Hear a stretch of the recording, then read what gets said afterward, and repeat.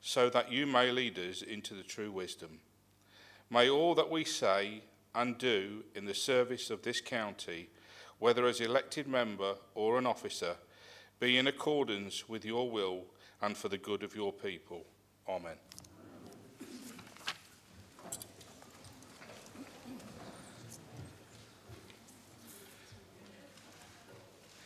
In the event of having to evacuate the council chamber, would everyone leave by the 2 exits at the rear of the chamber?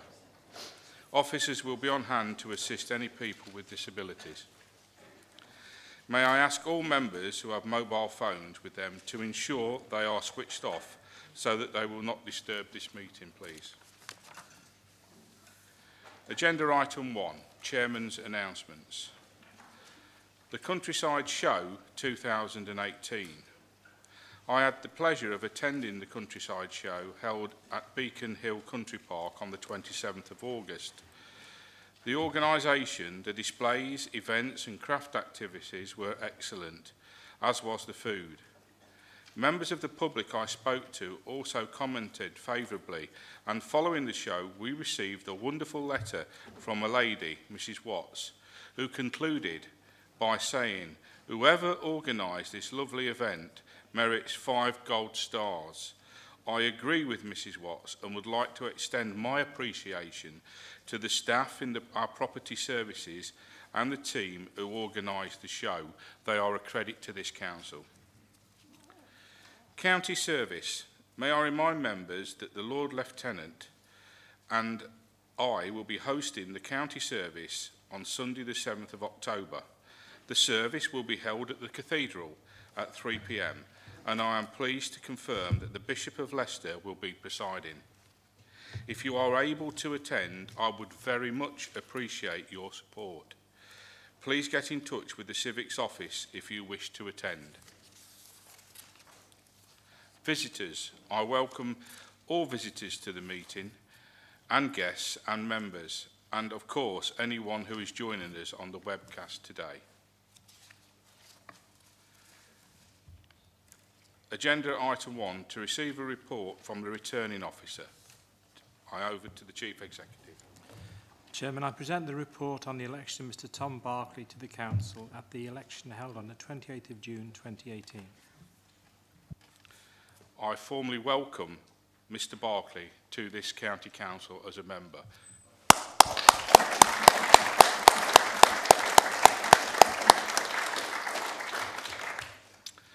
Agenda item number 2, minutes. I move that the minutes of the meeting of the Council held on the 27th of June 2018, copies of which have been circulated to members, be taken as read, confirmed and signed. Have a seconder, Yes, Mr. Chairman. I have great pleasure to second that. Thank you. Thank you, Mr Jennings. Agenda item number 3, declarations of interest. I invite members who wish to do so to make declarations of interest in respect of items on the agenda for this meeting.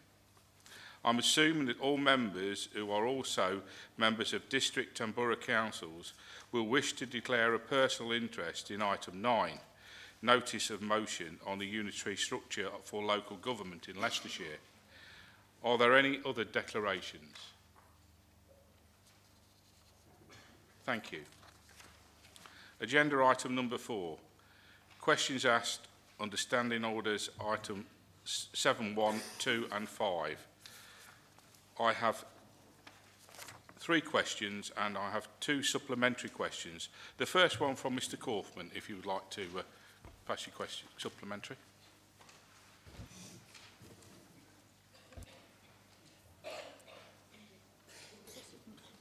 All right, okay. Thank you, Chair.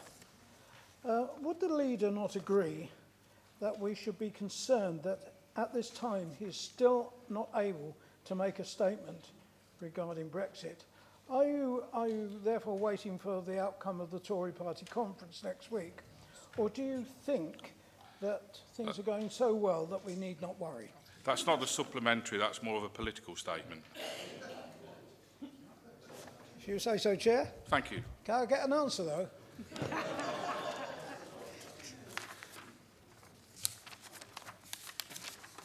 Mr Mayor, you have a supplementary. Would you like to go ahead, please?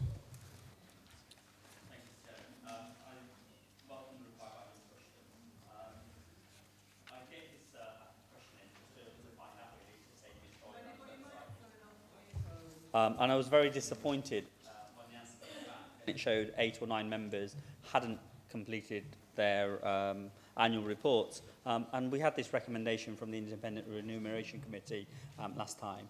And I thought it would be something that we did easily and without question.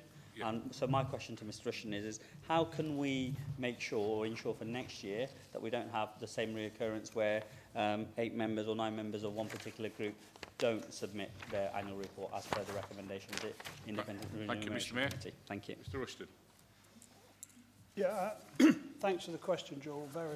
Very pertinent. And as an administration, we take this extremely seriously. There is no point having an independent remuneration panel that makes recommendations which we all adhere to, bar these 8 or 9 Liberals. In fact, I note only Mr Charlesworth, who isn't here, because he's suspended, has submitted one.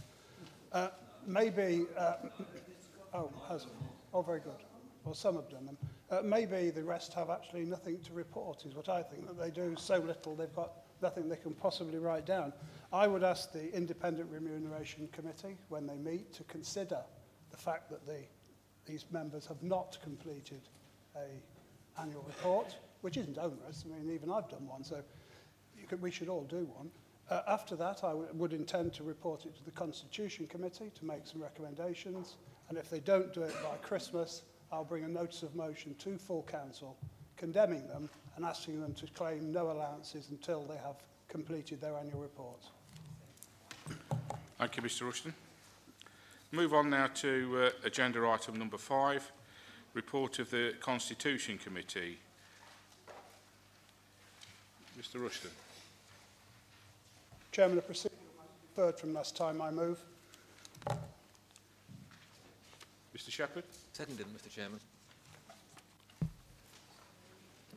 Mr Galton.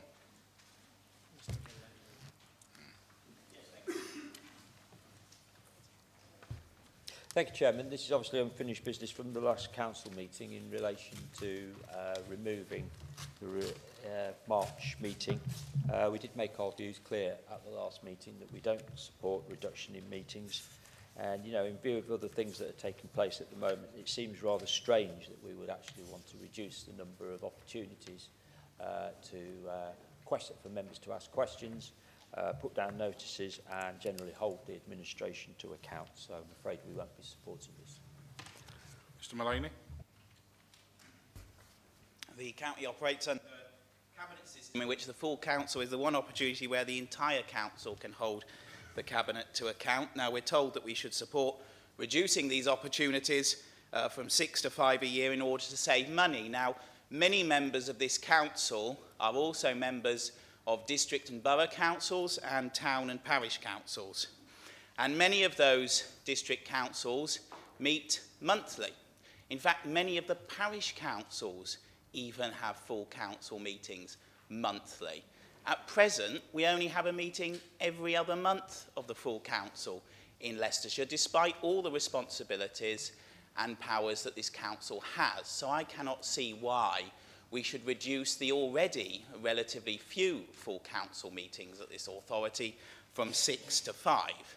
I also have scepticism over how much money will actually be saved by this policy. I don't believe it will have a huge saving in money, and certainly not worth reducing the number of already limited opportunities from 6 to 5. Now, at the last, when this was debated at June's meeting, the leader of the council said that one of the main reasons why we should reduce the meetings from 6 to 5 was that there was hardly anything on the agenda, there was nothing really important to be discussed. And yet at that time, he knew that he was about to undertake the most radical change in local government organisation in Leicestershire for nearly half a century. And therefore, he knew that then, and that issue could have been brought to that meeting. And then that meeting would certainly have had quite a full agenda and would certainly have had a lot of engagement from members. So I believe that reducing the meetings from 6 to 5 is wrong. We already have relatively few of them where we can challenge the entire cabinet and hold them to account. And I hope that all members outside the administration, Liberal Democrats, Labour and backbench Conservatives, will oppose this and support maintaining 6 meetings a year. Thank you, Mr Mullaney. Dr Inan. Chair. While I have some sympathy with the views being expressed by my colleagues to my right, we have noticed that there has not been the business to support the 6 full council meetings. And one of the things that we're aware of in the Labour group is that this is a cabinet and scrutiny system, that we have a rigorous system of scrutiny committees. There are often opportunities for members to bring questions to those scrutiny committees, and quite often these slots are not actually taken up. I understand, yes, where we're coming from. We've got unitary status to consider, and that will be debated later. But I'm also aware that much of the hard graft of scrutinising that decision will take place in scrutiny committees, and that the Labour group will be continuing to support this decision. We also support the other part of this decision, which is that we will be able to bring business at what were previously ceremonial council meetings, and also to the budget meeting, so that we will be perhaps working a little harder as councillors ourselves, and taking a little bit of a cut in our comfortable meetings. And given the austerity that many of our own employees are having to put up with, this seems only fair. Thank you, Dr Inan. Mr Rushton. Thank you, Chairman. I thank Terry for a very valid contribution. Scrutiny is where the work is done, and I will support scrutiny, Terry, and you in particular, as much as we can, because we know you treat it sensibly. Meetings for meeting's sake are just not worth having. Just because you're having a meeting doesn't mean you're going to achieve anything. And in the past, we have achieved nothing at the March meeting. In fact, the last one, I think, only took 30, 40 minutes, so there is no point having it. We can, as Terry says, increase the capacity of the meetings around it and the meeting after it if you want to do more stuff. But to have a meeting for meeting's sake, getting 85 people in here, a chief executive, a head of legal, and all the paraphernalia that goes with it is a very expensive way to just have a meeting. And then I note from the Liberals, they don't support a reduction in meetings, they don't support annual reports, they don't support apologising.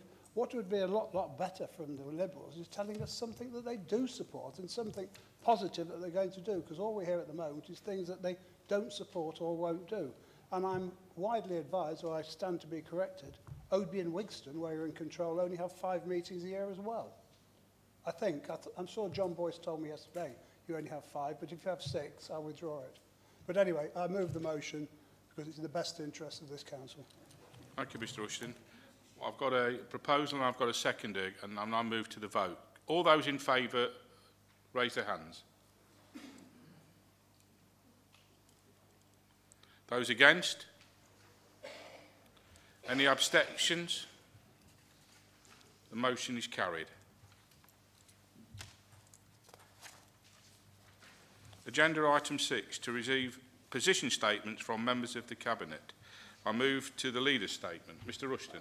Thank you, Chairman. It is a long Leader's Statement, so I will endeavour to not read it verbatim because everybody has got it, but I just want to highlight a few things from each paragraph. So obviously, the LEP, we're very keen on it. It does well.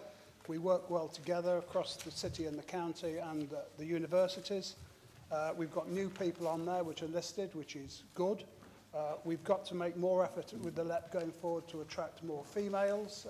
Otherwise, we might have to increase the size of the LEP, but I don't think it's beyond reason that we can find some policies to encourage more females from business to come on to the LEP. We're very keen on retaining the existing geography because, in our view, it works best for Leicester and Leicestershire, and the resources that come through the LEP are focused on areas which generally we can all support, be they city or county. And we've got to change the constitution because the government says so to a limited company, which in my view is no big deal anyway, because hopefully we can just choopy the excellent staff across that we've got that presently technically work for the city. So when they get their pay slip, it says Leicester City on the top. It will just say the name of the new company on the top. Going down, obviously, we're super pleased and proud of the work that we've done at LUCEP. It doesn't trip off the tongue, but you all know where it is. Fantastic opportunities down there.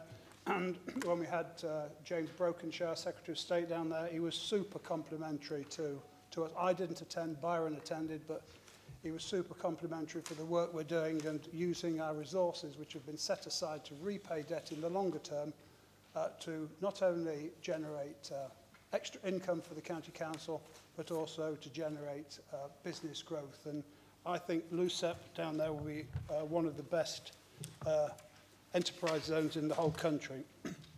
On the LIS, I thank, in passing, Neil O'Brien for the work that he's done helping us with this. It is particularly important that we get our deal in and make sure it's good. We're the only East Midlands area that's been asked to do one, and it is absolutely crucial that we work with the city, the LEP, and all partners to ensure we get a good local industrial strategy bid in, and I feel certain that we will. Strategic growth plan, it's about there, subject to the various borough councils, the county council and the city council passing it. I want to thank the people who've done a lot of work on there. Now, obviously, Trevor has led on it for a long, long time. In the latter stages, myself and Byron have been invited to go along, but Trevor, although he's a member for North West Leicestershire, he's a county member here as well, and I think he's done an incredible job running it. I also think, looking backward, I want to thank Peter Osborne, because obviously he did it before. So if I thank Trevor, Byron and Peter, I think I've thanked everybody who needs thanking, and particularly also to Pat Willoughby, who has had the patience of Job, in my view, who's now got the strategic growth plan in a condition where hopefully districts will pass it. But unfortunately, we're losing her to the West Midlands. But we'll try and get somebody else as good as. But you can't blame her for going. You know, people don't stay in the same jobs forever, and promotions are promotions, and she may have family over there. But it is a shame to lose her, because she has been good. So we should be proud of this strategic growth plan. It won't be universally popular amongst members of Parliament, maybe, but we certainly do need to have one, and it stands us in good stead and says to government and developers, we'll take growth, but we want infrastructure, and without it, we'll get growth and we won't get any infrastructure. That is the message we need to continue to convey. Fostering and adoption, obviously congratulate the Council's Fostering and Adoption Service on their outstanding work last year. Ideally, we'd like a lot more foster carers and a lot more children going to foster care. It is difficult, it's a difficult market out there, the private sector's interfering in it, but a child in foster care is far better than a child anywhere else, apart from being in its own family. So I congratulate the work that they do and would like to see more things done to encourage more people to come along. And I know we do innovative things, like we have host events at Leicester City Football Club and stuff like that. So if any of you have got any innovative ideas to attract foster carers, either speak to myself or Ivan, because we're super keen to get more, to do more for the children of Leicestershire.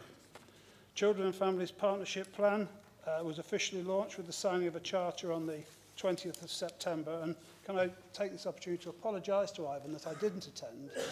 It wasn't highlighted enough in my diary. It was in my diary that it was on, and I just thought it was one of the things I could see in everybody's diaries where they're doing something. I just thought it was the cabinet member would handle it. I should have been there. I've asked Lorna when something important is on like this in future that she highlights it and lets me know that I'm wanted, and I will attend. But apparently Ivan handled it very well, but I should have been there, and I apologise to Ivan for not being there. On Loughborough University, obviously I see Bob quite a lot. He's on the LEP. He was at the LEP AGM last night.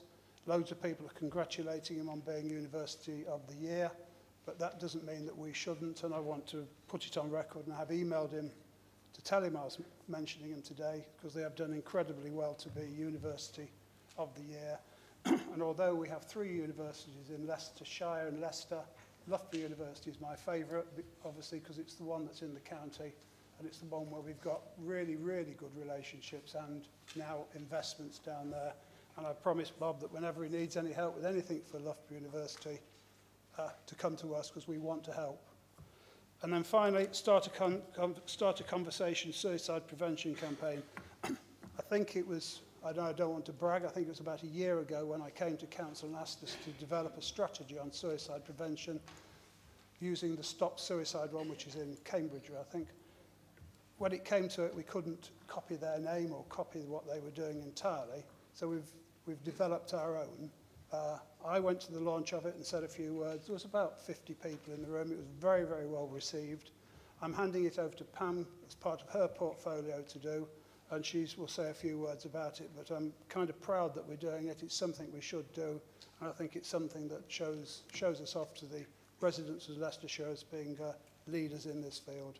And with that, I'll conclude, Chairman. Thank you, Mr Rushton. Dr Inan, please. Thank you, Chair, and I thank the leader for his report. I'm going to confine my remarks largely to the industrial and economic aspects, and I too wish to congratulate Loughborough University. And it is also my favourite university. I've studied at one of our three, worked for one of our three, but this is the one where I was a GP. So I know how good they are because I saw how their students felt about being there. So it is a delight that they have won this award. And I'm also very pleased to see the Loughborough University Science and Enterprise Park. At the scrutiny committee where we discussed our own corporate asset investment fund, I was particularly pleased to see that we are now much more focused on investing in Leicestershire and building our own local economy, and this is clearly a good way to do this. Again, so is our local industrial strategy and our strategic growth plan, and I too am sad to see Pat Willoughby go. She has clearly put an enormous amount of work into this. I think the only thing that I would like to add in my comment is that we need to be sure whose economy we are building. I sit on the East Midlands Council's board, and we had a talk about apprenticeships. This body, which is of course in partnership with LUCEP, we pay a levy towards apprenticeships, and we haven't spent our share. We're not alone. This is a big problem across the country. It's not just our problem, it's a problem of the colleges not necessarily putting on the kinds of courses that we need. Wouldn't it be good, with Loughborough being so closely allied and on the same campus as its own College of Further Education, Loughborough College, if at LUCEP we could truly take advantage of the Apprenticeships Fund, and if we could also take advantage of new funding for children who have learning difficulties and who can now access apprenticeships with only having entry level 3 maths and English. There are many children who would do an IT apprenticeship very well, and surely we can work together with our partners to build an economy that is not just for the few who make it, but for the many. Thank you. Thank you, Dr Inan. I've got 5 more speakers and then I'll draw a line under this. Can I, Mr Galton, please? Yes, thank you, Chairman. But firstly, on the points where I absolutely agree, support what the leader's saying, Loughborough University, haven't they done well in being named as University of the Year by the Sunday Times twice? I think that is absolutely something we should, as a council, recognise and congratulate them on. And I think also the suicide prevention campaign is an extremely good initiative for the council to be involved in, and I would support fully the work being done there and going to be taken forward by Pam Posnett. The Leicestershire and Leicester Economic Partnership. So recognise the work being done there and thanking the chairman. But I think that things are not absolutely wonderful in the way that he says in all respects. So at the last Scrutiny Commission, we did ask for further information about what is clearly a difference of opinion and quite well, I'm going to say a row brewing up over this business rates top-up. Now, that's really a matter for the districts to resolve. They decide to do that. But all is not well there, and there is a feeling that the way that money has been distributed has not benefited all areas of the county fairly. And I know from representations I've received and what I've read of reports, there is a big issue there to be addressed and resolved. And then the other issue is, what is the future for the core funding for the LLEP? So we don't know what the position is going to be with European funding in the future. Goodness knows how that will obviously depend on what happens with Brexit. But the actual core funding, I understand they get very little from the government now, and the actual basic operation of it is paid from the business rates top-up. So, you know, the future is looking a little uncertain, and I think that the enterprise partnership has got to do more to make sure that it is being fair in the distribution of funds right across the county. So I think that there is work to be done there. And then moving on, I just wanted to also refer to the strategic growth plan, which we had a briefing on. I can't remember, I don't think the leader could make that, a couple of weeks ago from Pat Willoughby. And that particularly fed back on the outcome of the consultation process. And again, the leader hasn't mentioned it, but it was clear that there are significant concerns and a large number, overwhelming representations objected to the plan. Now, of course, the plan has been modified, it has been changed, and as the leader said, it's got to go back through the democratic process.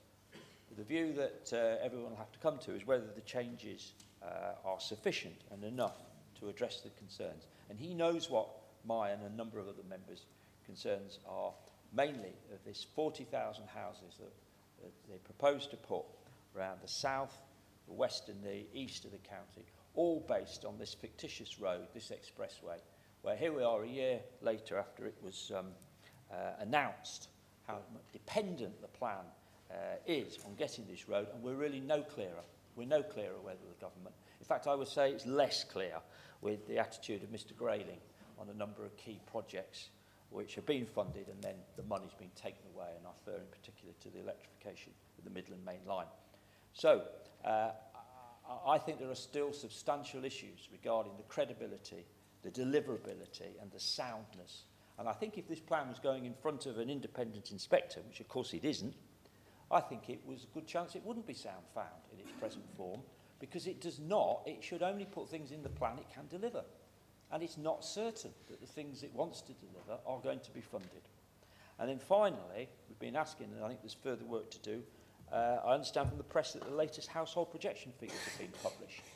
And there is a significant reduction forecast by the ONS, possibly 25% across the country going forward.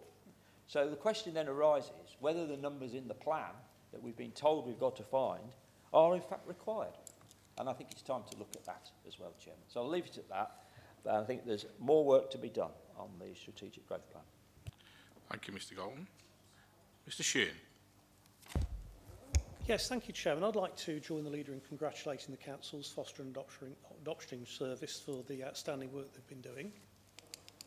But I do note with concern that the report says there are increasing numbers of children coming into care. I'd be interested to hear why he thinks that is and whether we should be doing more to prevent children coming into care, because I think it will not only have a bearing on his report, but also the next one from Byron. Thank you. Thank you, Mr Sheehan. Now, Mr Bill. Thank you, Chairman. Can I just echo the words from Simon on the growth plan? We all know that growth is needed. Growth is needed for to enable people who live in the county and for existing industries to expand.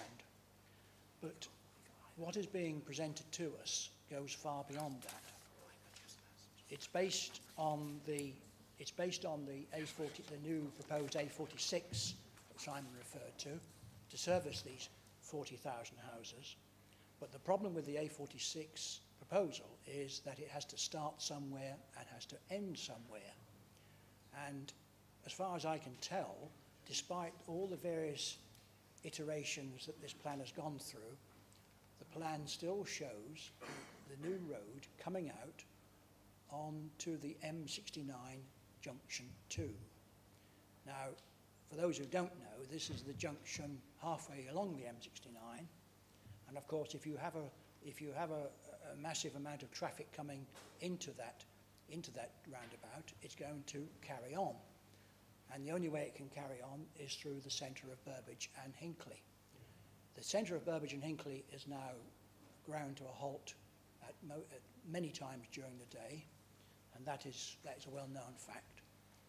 And I cannot see, and I've asked Highways England to explain this, I've asked everybody to explain this, how are the roads of Hinckley and Burbage going to cope with the additional traffic that this new road will produce? I mean, there are other problems as well. The fact is, of course, that the Burbage Common itself is threatened by a freight depot, which of course will be fed by this new road.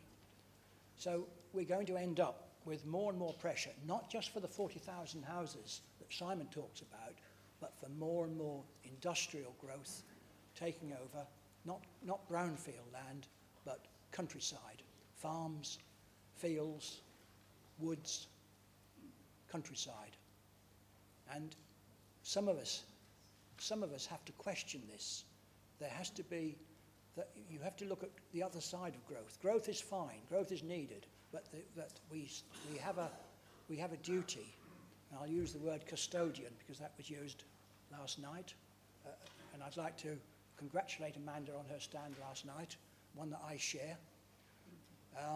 But that is another matter. But we have to have some regard for the fact that if all this goes through as laid out, we are going to lose vast tracts of the countryside as we know it. Thank you, Mr. Bill. Mr. Auld. Thank you, Chair. And in the days when all of our chief officers sat in council with us, what I'm now going to say could have been heard at first hand. So I'll have to ask the Chief Executive if he will convey my sentiments back to Paul Meredith. Paul has been our interim director and he finishes at midnight on Friday.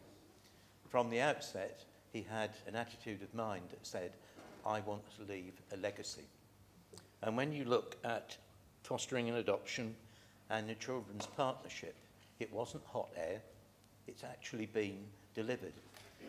Several of my colleagues attended the launch of the partnership last week, and I'm sure they can speak for themselves on it. It is a partnership organisation. So far, nice glossy chart that's come out that sets out 5 quite precise and specific aims, accompanied by a book. And Leader, you were missed, but thank you for the apology, and I'll make sure that that goes on. Also, the sister of one of our officers cooked the cake, and I've personally written to her to thank her for her generosity in donating that to the event.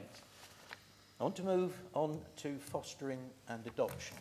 This again is a success story, but not necessarily reflected in the leader's sentiments.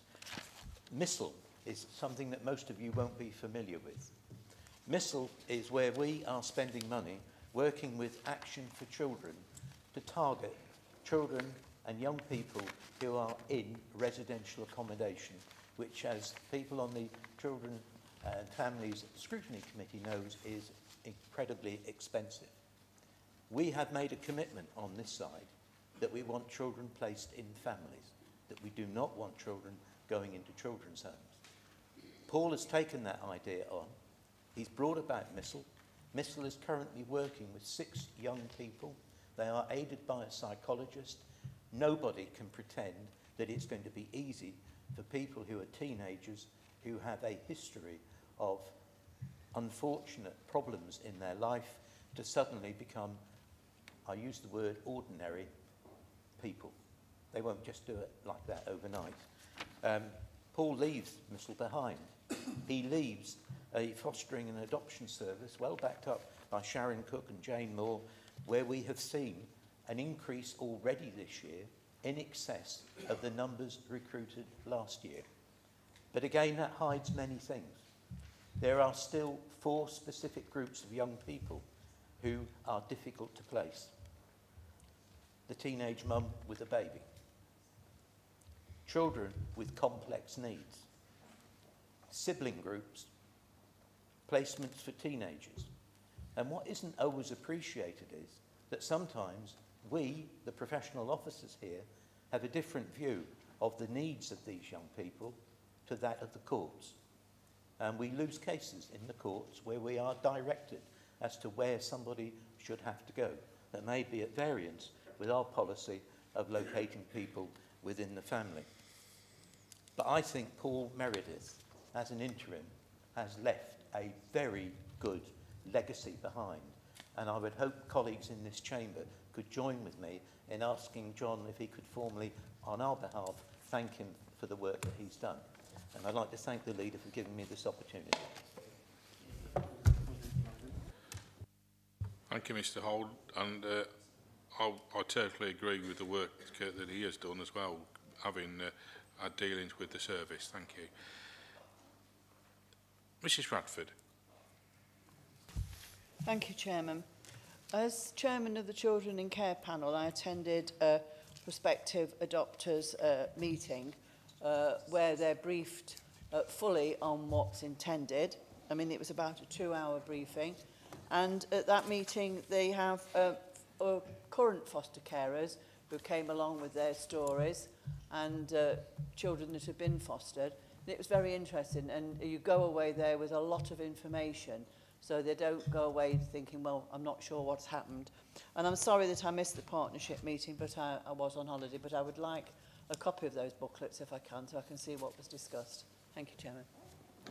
Thank you, Mrs. Radford. And I've got a final speaker, Mrs. Taylor. Thank you. Thank you, Mr. Chairman. Just a couple of points to pick up to. First, I'd just like to echo Ivan's word to Paul Meredith. I've only been working very closely with him for the last 5 months, but even in that time, I've seen the effect he has, and the morale within the whole of the Children and Family Services is excellent. So I wish him all the well with his future endeavours. Just like to pick up with the fostering and adoption. That has really come on extremely well, and the main aim of this is to keep all our children in care within Leicestershire, within our own families, and that's extremely important, not only for the families but also for the birth families, for contact and things like that. So that's where we're working towards. We don't want children in children's homes if they don't have to be. We want them in loving families, and that's our aim, and that's what we should all be aiming for as corporate parents. We're all corporate parents for these children we look after, so that's extremely important. And just to answer Mr. Sheeran's point about why there's more children coming into care, if you'd like to contact the director, I'm sure we could have a meeting. There's far too many complex points to get across in a council meeting, but if he's really interested, we can have an hour with him, with Ivor and myself and the director, and we can explain the reasons why we have so many children coming into care, and I'm sure he'd be interested in that. On to the partnership. I did attend last week, and it was an excellent event. The room was buzzing, and the motivation and the interest from all the partners that were there was just absolutely brilliant. I got round to speak to them all. I managed a piece of cake, which was delicious. But I think we need to be aware that this partnership has been set up on the basis of what our young people have told us. It's based around what they say, what they want to do, what support they want from us. And that's extremely important, that this partnership is centred around our young people. It's not what we want as a council, it's what the children want and what they need, and that's what we're delivering for them. So I look forward to this partnership, and it will be reviewed as we go forward. We will keep talking to the children. This is about their children's voices, our children's voices, about what support they need from us. So I hope everyone will read this. Thank you. Thank you, Mrs. Taylor. I'll now move on to Mr. Rushton, shall I say? Yeah, come on, come back. Thank you. Can I first of all thank Christine and Deborah for their very valuable contributions for the work they do actually on the ground. I think it's nice to hear from you, and I think they made some excellent points, and again reinforced the seriousness that we take fostering and adoption at this county council. I was remiss, Chairman, not to mention Paul Meredith as well in my opening remarks. I'd personally like to record my thanks to Paul. I know he worked well with Ivan, and whenever I saw him, I always found him a nice person, somebody you could do business with. So thanks for that. Sean, on more children coming into care, it is, as you well know, and that's why you've asked me, a big problem. We have had a 33% increase in children coming forward since 2013, and the budget implications that I've seen for it going forward 3 or 4 years are absolutely horrendous. The figures are so large they bankrupt county councils, and it is something which Ivan is seeking to look at, and it is something perhaps that Scrutiny could actively engage with and look at and see if you can come up with any solutions, because although we're the administration, these children are our children and they need help. So if you have any ideas, form a scrutiny body, a 5-member panel, and go away and have a look at it and feed back to Ivan and Deborah if you've got any ideas. Terry, thanks for your complimentary remarks. On the question of apprentices with learning difficulties, it is something I find interesting. So if you have any ideas, if you'd like to write to me when you've got them, because I know you've got particular expertise, I'll discuss them with Ivan to see if we can do something, because it would be really good to get children with learning difficulties into apprenticeships. Albeit, as you say, there are more money than there are apprentices. That doesn't mean it's not well worth having a look at to that particular group. Simon, on the LEP, the business rates pooling arrangements, I think you're referring to. So the pooling arrangements give around £3 to £4 million to districts once everything's been divvied up between city and county. I was at a meeting yesterday with Jonathan, leader of Charnwood, and John Boyce, the leader of Oadby Wigston, where they agreed what we were going to do with the business rates pooling. It's just for the districts now to discuss the particular shares, and in my view, the shares of the residual money, I think it's 3 or 4 million, should go not in percentage of population, but in percentage of those that have received the most growth.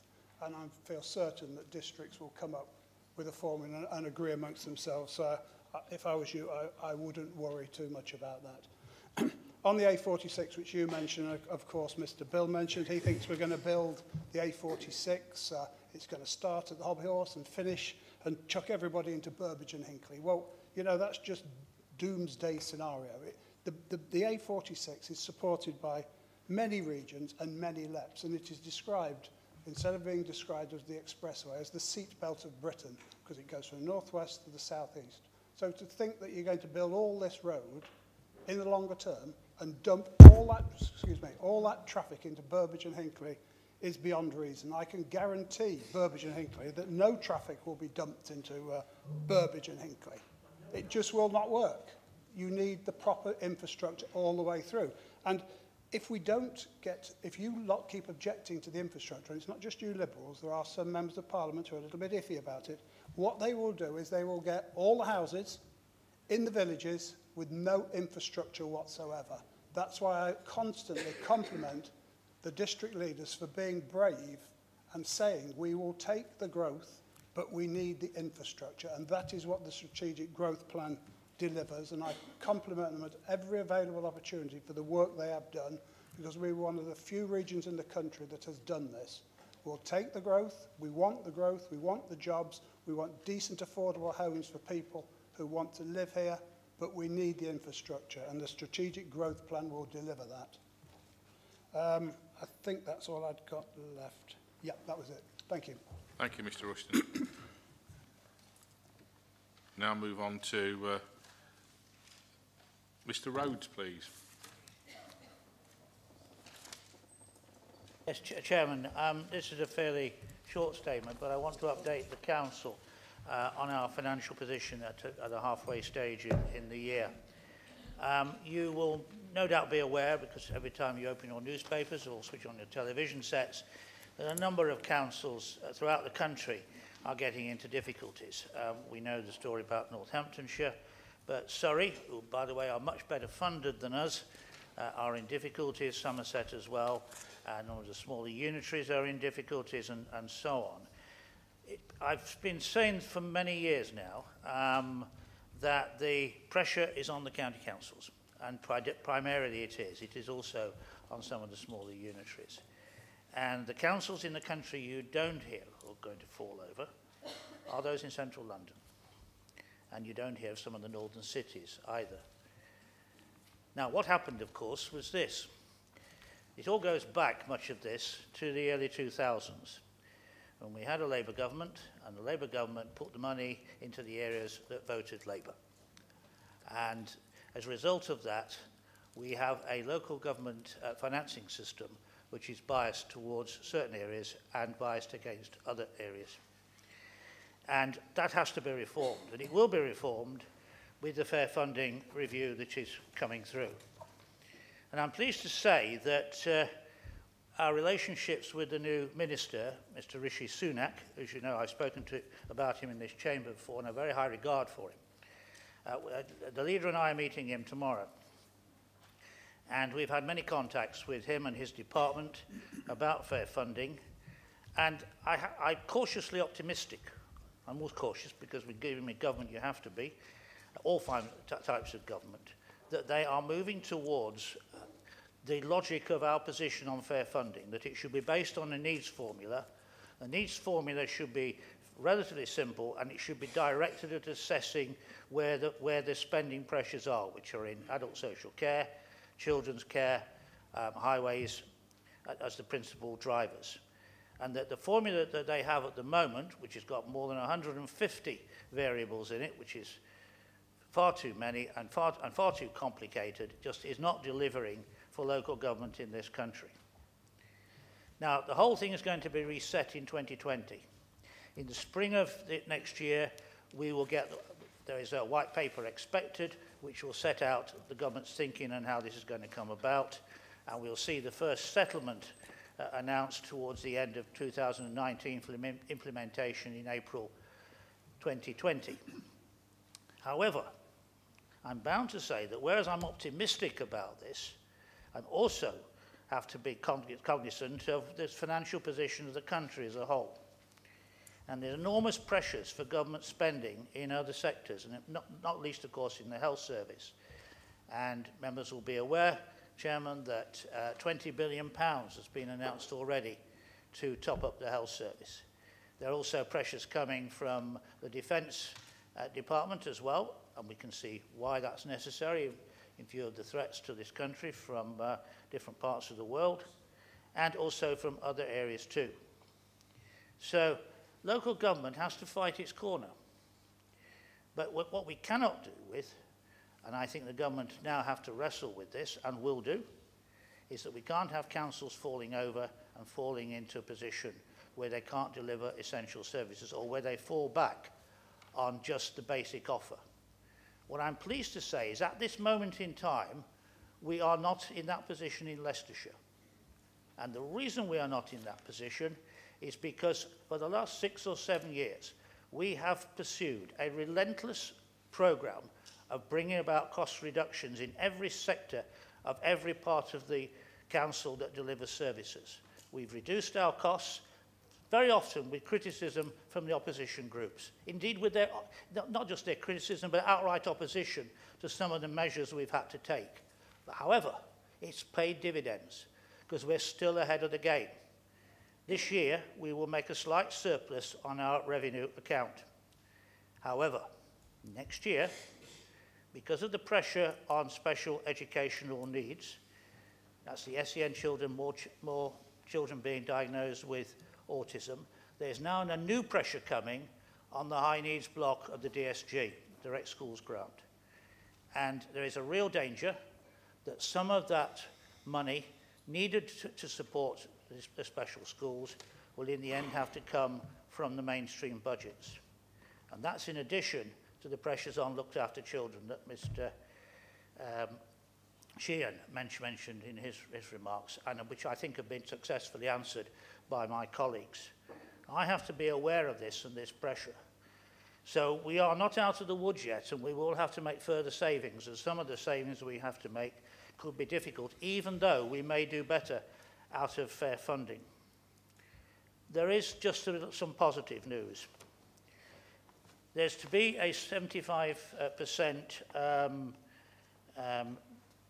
devolution of business rates in the new pilots which are being announced. And we have submitted a business rate pilot bid. Last year, by the way, if you remember, it was 100%, but we missed out. So we've submitted a pilot bid. We're hoping that that will be successful, and we're expecting it to be. And it will bring us another £14 million into the city and county. And that's already been agreed that that will be distributed, mostly for infrastructure projects, but amongst the city, the districts, and the county council. That's not going to solve all our problems, but it will be of some benefit.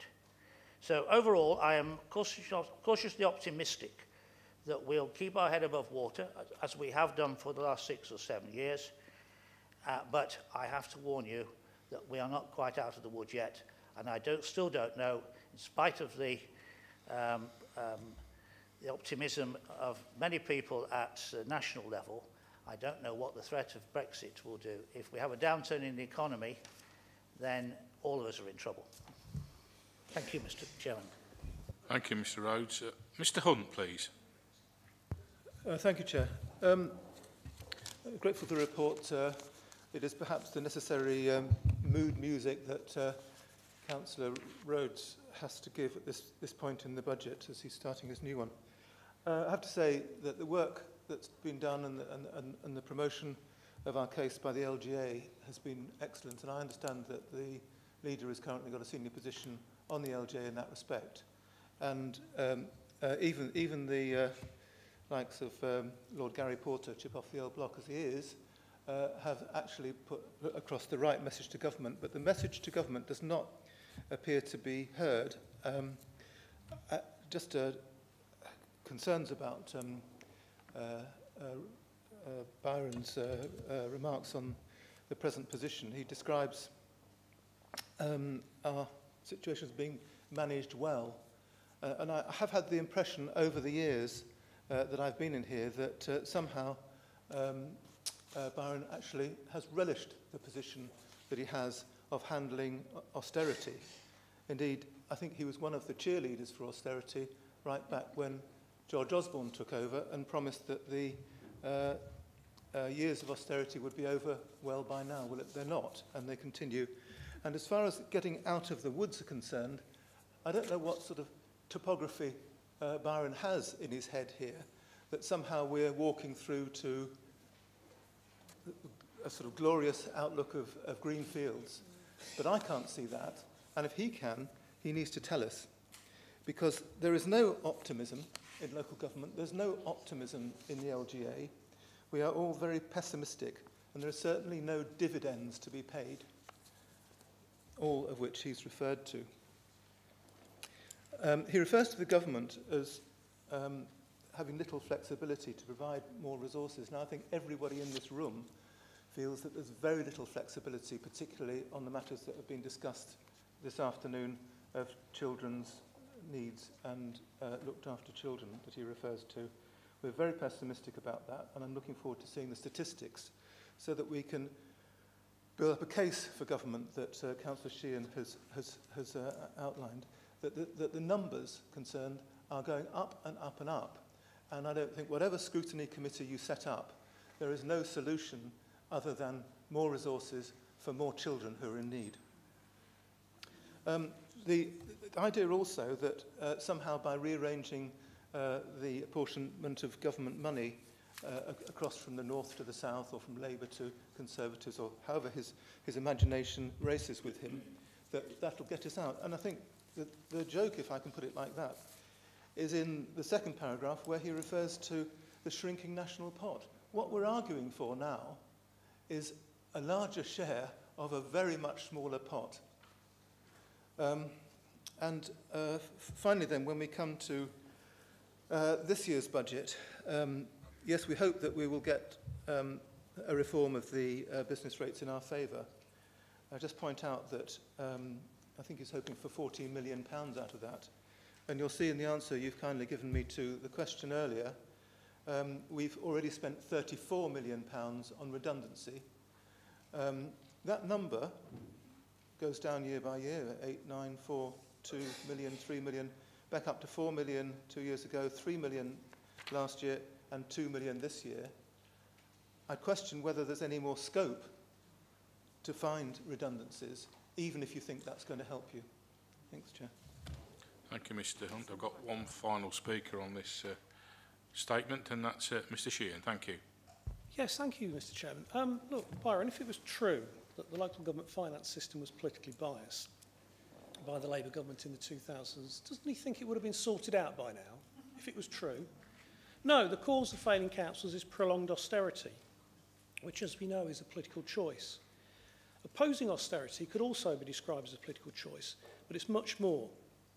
Combating austerity has now become part of our duty of care. Thank you, Mr. Sheehan. Mr. Rhodes, please.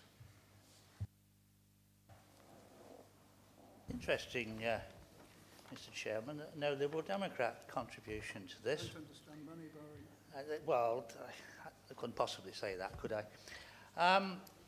Just taking the points that Mr Hunt's made. And I share with him, by the way, the praise for the LGA and for Nick's role as the spokesman on finance for CCN as well. Because they have put the case very, very strongly on behalf of local government, both CCN and LGA, and continue to do so. What has to be understood is the relative dimensions of what we're dealing with. The country has gone through an austerity programme, and I've not been a cheerleader for it. You can't be a cheerleader for something. But in order to reduce the accumulation of debt, unfortunately, the previous government, and I'm talking about the coalition government and the present one, have successfully brought that down now to a very low level from the terrible situation we were in 2010. But that has to be set against the economic conditions in the world. What has to happen for this country, and I think we all know this, it's been debated this week at the Labour Party conference, it will be debated next week at the Conservative Party conference, and that is that we must get more growth for this country, more growth. And growth sometimes comes at a price, but that price has to be paid. We need a bigger national pot. With the bigger national pot, we can do more of what we want. If we can't get a that larger pot, then we have to share it out more fairly. Local government funding has not been fair in the last few years. It still isn't fair today, but it will be shortly. And when we talk about the reductions in services and the redundancies that we've had in this council, let's also remember that we have saved nearly £200 million per annum from our costs. What that means is that if we had not done the work that we have done over the last 5, 6, 7 years, instead of having a budget today, a net budget of around about 361 million, it would have been £200 million a year more, which of course we don't have. So some counties and some councils have not gone through that and have not aggressively pushed that cost reduction like we have. That's why they are in trouble. So rejoice on one thing, is that we are still delivering services to the people of Leicestershire and at an acceptable level. We'd all like them to be better. Yes, we would. And they probably will be in the future.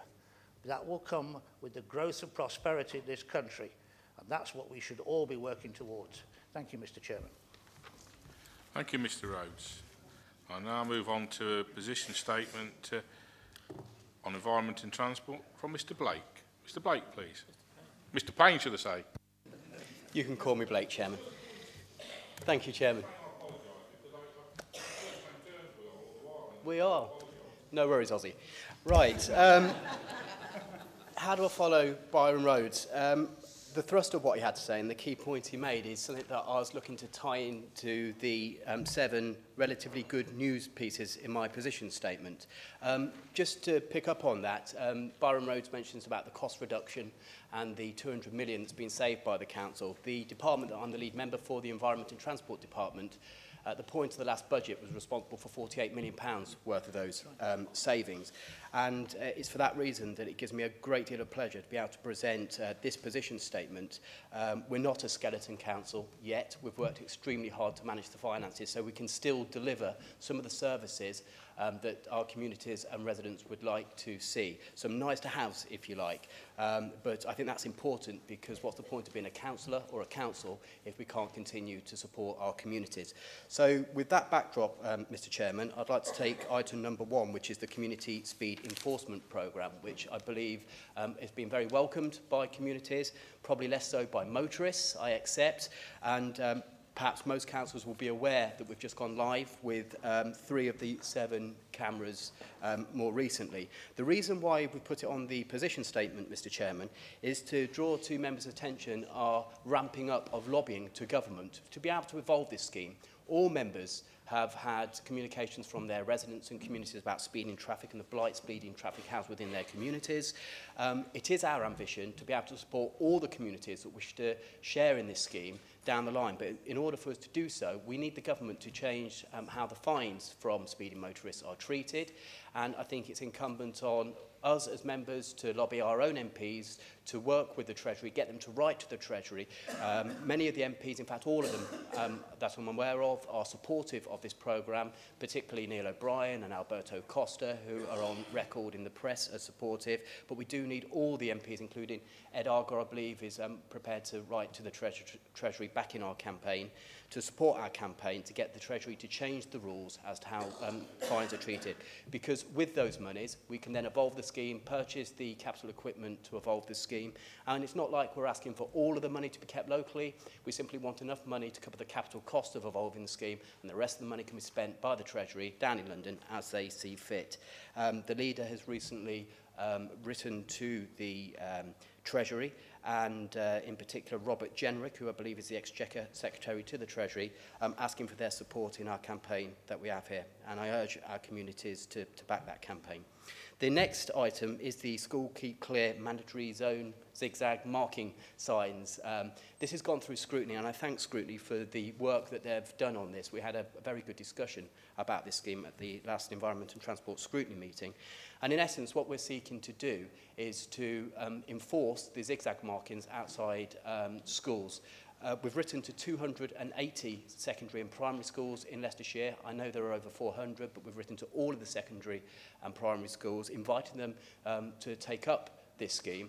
And we've acquired a camera enforcement vehicle that will roam around these schools, so we can actually enforce the mandatory rather than the advisory markings. There's a cost to that. It's a £500,000 cost. That's over the whole of the schools that would be put a provision by. But I believe it's a welcome scheme. I've been noting the press articles and the online social media responses to the scheme, and I think communities, particularly parents of school children, they care deeply about the safety of their children at schools, welcome what we're doing here. But I think schools, we can do more with schools, and schools need to do more with, if you like, their customers too, which are the students and the parents of those students, to work with us to develop travel plans and to engage in this scheme should they be interested in doing so. The next piece of good news is the gully cleaning. We have recently undertaken a pilot, and that pilot took place in Harborough, Blaby and Oby. We're acutely aware, especially as the lead local flood authority, of the impact of flooding on our communities. And we want to make sure that our gullies, which there are 130,000 of them, the scale of this is immense across the county, are cleaned more frequently at an efficient cost. And we've, through a trial, found a way of not only improving our performance by in excess of 40%, so we'll be cleaning 92,000 gullies as opposed to 64,000 gullies on a yearly basis starting from next year, but we're doing that at no further cost to the council's budget. So that is a real efficiency. In addition, we'll be acquiring some software so we can deal with our inventory and our assets on a more specific basis rather than a generalised basis. And I don't know if members have looked at the website when it comes to grass cutting, but members of the public out there can find out when their grass is being cut. The ambition is to have a similar portal for cleaning of the gullies, so members of our communities can go onto that portal and find out when their gullies are going to be cleaned through our new risk-based approach. Gritting in the summer. I know gritting is a popular subject amongst our residents, and when we conduct county surveys each year about where we should spend our money, gritting is right at the top of that list. And I'm pleased to say before the December full council, we'll have an exhibition on outside, and Christian and I, my support member, are arranging for some gritters and some crew to turn up to County Hall so we can reassure the members here that we've got a programme and we've evolved that and tweaked that, and we're consistently learning lessons about our gritting programme. But we grit in the summer as well, albeit with granite. We've had an exceptionally hot summer. It's been the hottest, joint hottest since 1976, I believe, but that's had its consequences. And It saddens me to report to you that some of our roads, because of the excess heat, that has had an impact on the tarmac and the bitumen. When the temperature goes above 40 degrees, we get a fattening of the roads, and it's recently been brought to our attention through public intelligence and our inspectors that we need to make some emergency repairs. It's going to cost us about £2.5 million. And that's money we're going to have to bring forward from next year that we earmark for highways improvements, but we're going to have to use that money right now. We're fighting against the clock to repair those particular roads across the county to make sure they're safe and in preparedness of the winter season. Waste treatment, I'm pleased to inform Council that we've recently become a shareholder in the Coventry and Solihull Waste Disposal Company. That's an energy for waste facility. Members will be aware that we spend a lot of money dealing with and disposing of the waste. Performance of recycling has been a subject of debate, and there's a special report going to scrutiny, the next scrutiny meeting, I believe. But hopefully now we're shareholders, not only will we be able to diversify how we deal with our waste, but we will be also able to recycle or treat some of our waste as a recyclate. And we're looking over time to put about 80,000 tonnes of our waste. We currently dispose of about 350,000 tonnes to this facility, and that will save us about £500,000 a year by 2020-21 against a provisional budget saving of about 150 to 200,000. So that, again, is good business for the council. Body cameras, and I'll get to the final element. Body cameras, unfortunately, the rise of assaults on public sector staff is to be deplored. We are responding to that. We have planning infrastructure gangs that go out there, highways delivery gangs that are working, recycling and household waste site operatives that unfortunately do receive abuse from the minority members of the public. And we're seeking to protect them a little bit by issuing these body cameras. I recently noted that the Ministry of Justice have just changed the sentencing with regards to assaults on police officers and ambulance drivers. I'm not entirely sure whether the new sentencing applies to public officers of our service delivery centres, but I hope it does, and we'll be able to get the evidence of those assaults and that abuse and take the necessary action. And finally, Council, I just want to bring to your attention something that we're doing. It's, of course, in November the 11th, the centenary of the First World War. It's a significant event, one that we shouldn't forget. Millions of people lost their lives in that war, and we don't want that to be overshadowed by all the other events that are taking place and the political agenda of the day. As a highways department, we've taken the decision to allow the 300 vehicles within the department to have a poppy printed on those vehicles to show our respect and to remember the significance of that event.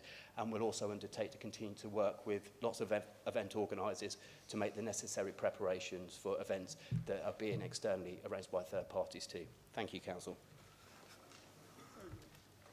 Thank you, Mr Payne. Mr Hunt, please. Thank you, Chair. I always enjoy Blake's reports because he delivers what is sort of static prose into almost theatre. So there's excellent stuff here to report. And who could get excited about gritting roads in the summer? Of course.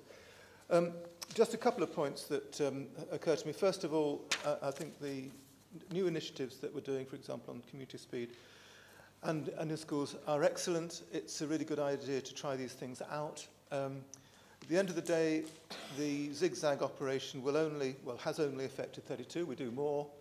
And I think we have to regard that as a trial and see if that's going to be successful elsewhere and hopefully cover all schools in the same way. If not, I think we have to go back and look at new solutions to this really big problem that we all experience in all our schools of chaos outside schools with parking, particularly as the catchment areas change and get bigger. I was surprised that we're able to use ANP number plate recognition. If we're doing so legally, that's excellent. And finally, on the question of taking shares out in the Coventry and Solihull Waste Disposal Company, that hasn't been reported to scrutiny, and therefore it's somewhat of a surprise to me. Surprise to me because we are set out to be technology neutral on the question of waste disposal, and yet by taking shares and espousing, in fact, in this case, incineration, which is a highly controversial method of waste disposal and waste treatment, we seem to be taking a position. Now, I'd like to learn more about why we've decided to take a shareholding in this operation, what the outcome and results of that are going to be, particularly when it comes to bidding for waste disposal capacity. Because it seems to me if we're bidding against something that we have a shareholding in, I own part of, then that biases the process somewhat. And I'd like to ensure that we remain open-minded, if that's our position, on energy from waste, so that in future we can take a critical view where we need to. Thank you. Thank you, Mr Hunt. I've got 3 more speakers. Mr Bolter, please. Thank you, Chairman. I also find Mr Payne's report very interesting. School keep clear signs. Yes, I'm fully in favour of the camera car, and I hope we can get the other schools sorted out as soon as possible with those zigzag lines, making sure they comply with the TROs that are taking place. I'm sure officers will work on that. Gully cleaning. Mr Page will know it's one of my favourite subjects, gully cleaning. So I'm looking at this new system very carefully. No doubt there'll be a report coming back to a future meeting of Highways and Transport about how successful it is, or not, as the case may be. I'm also interested in the report that the service is being privatised, in that we're dispensing with most of our own employees and we're going to a private contractor to do this, because they can do more gullies than our men can. True. But when you look at how the private contractor does the work, now our men do it, there's a significant difference. So I'm looking at the additional cost of that will be coming back to the committee at a future date. So it's not just how they do the work, it's the cost involved in doing that. Our men spend longer clearing the blockage than what the private company does. So if the private company can't clear it, we send our people in to do it again. So there's a cost to that. Gritting the summer, fine. But the last one is the waste treatment. Now, I was surprised when I got an answer from a county council officer, that at the moment, all our plastic, apart from bottles, is going to landfill. We're not recycling any plastic now, apart from plastic bottles. It all gets taken to landfill. So, if Mr Payne can't answer that one now, it might form subject to a report to Highways and Transport in the very near future. I think it's Case Packer who actually process most of our domestic waste at the moment, and they managed to find a market for plastic. If they can, why can't we? So it does concern me. Incineration is the last straw. In the waste hierarchy, we should recycle as much waste as we possibly can, and what's left at the end should be incinerated. We're taking this contract on. We could be, I'm not saying we could be reversing that hierarchy. More advantageous to burn it than actually recycle it. And I believe, like many of my colleagues do, that waste should be recycled as much as possible and reused, and not just go up a chimney in smoke. Thank you, Chair. Thank you, Mr Bolter. Mrs Posnett, please. Thank you, Chairman. I popped into Melton this morning and met a couple of residents who thanked me effusively for the camera car outside of the school. It was so successful they thought the school was on holiday, because they could actually drive out of their premises without having to wait for 5 or 10 minutes before they could get out. So I did take the thanks, but I would also like to pass them on to Mr Payne. Thank you, Mrs Posnett. Mrs Radford, please. Thank you, Chairman. I'm pleased to support the statement from Blake, as I is support, and especially as the pulling forward the 2 million to treat the roads following the hot summer. And I'm sorry that Blake wasn't alive when we had the last hot summer in 1976, but I was. And I'm sure that the waste treatment was discussed and went to scrutiny in September. I may be wrong, and I'm sure Blake will put me right if I am, because he quite often has to, as you probably confirm that. The school keep clear and camera cars. One of the schools in Shepshed is one of the ones that are pirating this as well, having the zigzags and the cameras. And I'm sure that the people who live near the New Croft School in Shepshed will be pleased about that. But it's not just to get to the parents, because I am aware that in certain schools, not just in Shepshed, but in other areas, that there are hot dog vans, ice cream vans and that stand on the zigzag lines. So I hope that we can get them moved off, so because they're a danger to the schools. But in some cases, I don't really think they should be right outside schools. So I'm happy to support all this statement from Blake. Thank you. Thank you, Mrs Radford. And finally, Mr Rushton, please. And Max said it right, that Blake can turn static prose into poetry. And I do thank him for his enthusiasm that he shows in the role, along with Christine. It's a credit to me and this administration, because all the issues he deals with are the sort of issues that fill my postbag on a regular basis as a normal member of the county council. So I think we need to do a good job in these areas, and we certainly are. And one I'm particularly proud of, obviously, is the community speed enforcement, which was a primary manifesto commitment and has been delivered on in pretty good time.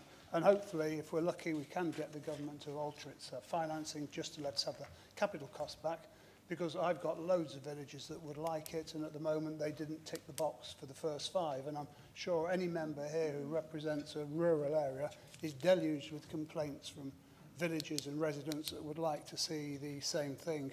On the school keep clear car, fantastic initiative. Again, bread and butter issue, which I get loads and loads of people talking about.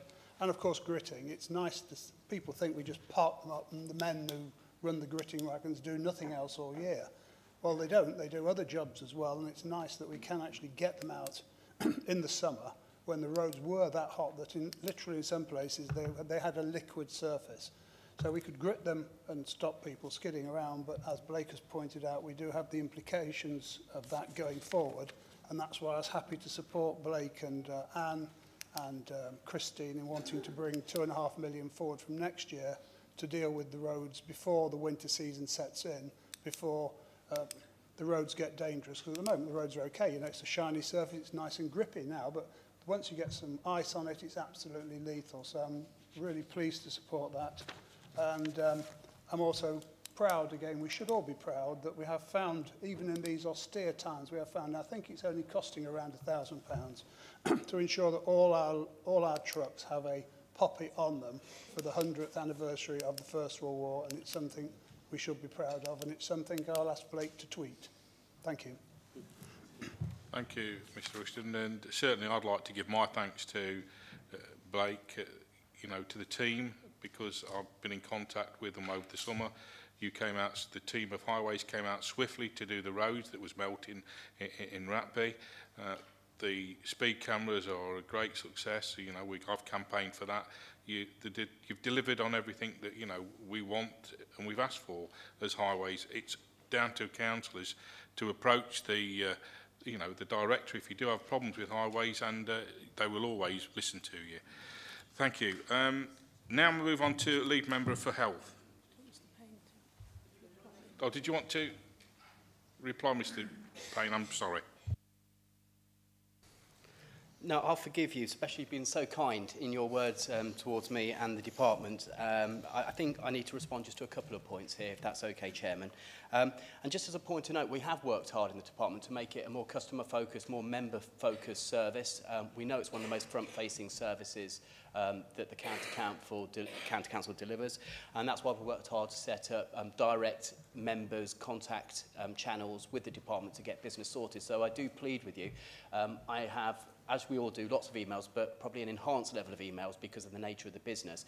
Where possible, if members can encourage their parish councils and indeed themselves to use the Highways customer services at less.gov.uk email address to report those issues, they can then be tracked. If an officer leaves, it can be followed through, and we can deal with the concerns and the business in the most appropriate way. Just on the two main issues, the zigzags, yes, I think this is going to be a good scheme. I think there is some criticism as to the amount of investment we've made in a time of austerity. But like I said, the fact that we're able to serve, we have a huge amount of customer contacts on this particular issue. And I welcome the fact that we've been able to come up with a scheme. We've had to think slightly outside of the box because we can't use, for instance, on the community speed enforcement cameras, fixed penalty cameras. We've had to use average speed cameras. And likewise, I think someone mentioned their surprise, I think it was Max, that we're able to use an enforcement camera for the school zigzags. Because of the nature of the markings, it's one of the few areas the law allows us to use that technology. So we've had to think very deeply, or the engineers and the officers have, and bring this scheme forward. And I'm very hopeful that it's going to deliver a degree of success for us. In terms of the Coventry Waste Facility, Christine's absolutely right. This has been discussed at the scrutiny meeting. The point I'd like to make, the reason we've had to invest into this company, it's a TECL company, and some of us are probably more familiar with how these things work when you're a public sector organisation. But for us to take advantage of the, if you like, the diversity that it offers us and the financial benefits that that particular arrangement offers, we do have to actually buy a share in the company. So we're not a share expecting a dividend as such, but I can assure you we've already programmed in as part of the onward going savings about £250,000 by 2021 in this particular area. We anticipate this will save us far in excess, this one move, than that £250,000. So it's a good deal for this authority. And by the way, it will help our recycling targets. The point that was made by Mr. Bolter on the plastics aren't recyclable, well, I'm afraid they are, and they're recycled at Caseback. I've been to the facility myself, I've had a walk around, it's a hugely impressive facility. We're very lucky because they take a lot of waste from Wales, I understand. We're very lucky to have it here in Leicestershire. We use a diverse array, if you like, of solutions when it comes to disposing of waste, and we do try and steer as much as possible out of landfill. Unfortunately, because of the markets, and for instance, the cessation of the mechanical biological plant at Coatesback, we've had to find other solutions, and we're always having to manage the situation to be able to deal with Leicestershire's waste. But I think the team and the department, and particularly Jo and her team, do a fantastic job in running that particular service for and on behalf of the county. Thank you, Pam. Your comments are noted and very much welcomed. And Christine, you're a fantastic support member, and very happy to work with you, and thanks for keeping me in check. And Nick, and thank you for your comments too, Nick. Very kind of you. And of course yourself too, Chairman. Thank you. Lead Member for Health. Mrs Posnett, please. Thank you, Chairman. Loneliness is something that we can all relate to, and most of us have experienced it at various times in our lives. We know it does not discriminate, affecting anyone, irrespective of age, where we live and where we come from. We also know it has an impact on people's physical and mental health and well-being, with recent evidence suggesting that chronic loneliness can be as harmful to our hearts as smoking 15 cigarettes a day. I am pleased the government have recognised this as an issue and are promising to bring forward a national strategy in the autumn. My position statement sets out some initiatives to tackle the issue and the need to reconnect with our communities. I understand that this is not easy, as we all have busy lives and do not like to intrude on other people's lives. However, growing up, this is what we did as communities. I can remember I grew up in a village and everybody knew everybody, and everybody knew if anybody was sick and needed any help, and people were there for them. And so I do think that it works. It's what communities used to do, and it just doesn't actually take as much time or effort to do it. What is needed is for all of us to say hello to people, to start a conversation, or if you are concerned about a neighbour, to knock on the door and ask if they're okay. And actually, I think it's okay to do that. And it's something that we, as members of this council, should be encouraging people to do. On the very important issue of suicide prevention, I would like to thank the leader who was instrumental in getting this off the ground. I was at the launch, and it was heartwarming to see so many people who were there who were taking an interest in this. And like the issue of loneliness, it is important that the County Council works closely with the NHS in highlighting the issue and to remove the stigma that is associated with it. Elected members as community leaders also have a key role. If what we do saves even one life, it will be worthwhile. So I would urge you all to go on the website and find out what you can do to help with this very important initiative. Thank you. Thank you, Mrs Posnett. Dr Hill, please. Thank you, Chair. I welcome these two matters the lead member raises. It'll be very interesting to see what the work being done on isolation brings forward. As you've highlighted, it's a very pervasive and wide-ranging problem that manifests in sort of many ways in people's mental and physical health. So anything to deal with it is to be welcomed. And it is interesting how different communities vary in there, even within a town, even within streets, one side of a town to another, how different people are about such matters. The suicide prevention, it's something that affects many people. You know, they may know people who've died or committed suicide or had family members who've done so, and it's good that we're doing something about it, and we've got a programme that's begun. So I welcome both of these things. Thank you, Chair. Thank you, Dr Hill. Mrs Radford, please. Thank you, Mr Chairman. Yes, I welcome both of these about loneliness and isolation, which can easily happen when you're on your own, and especially when you've lost a partner. But I really want to say I'm very supportive of the suicide campaign. As a member of my family tried suicide about 3 times, but fortunately he was stopped, and he's now still, well, he's still got problems, but he's still alive.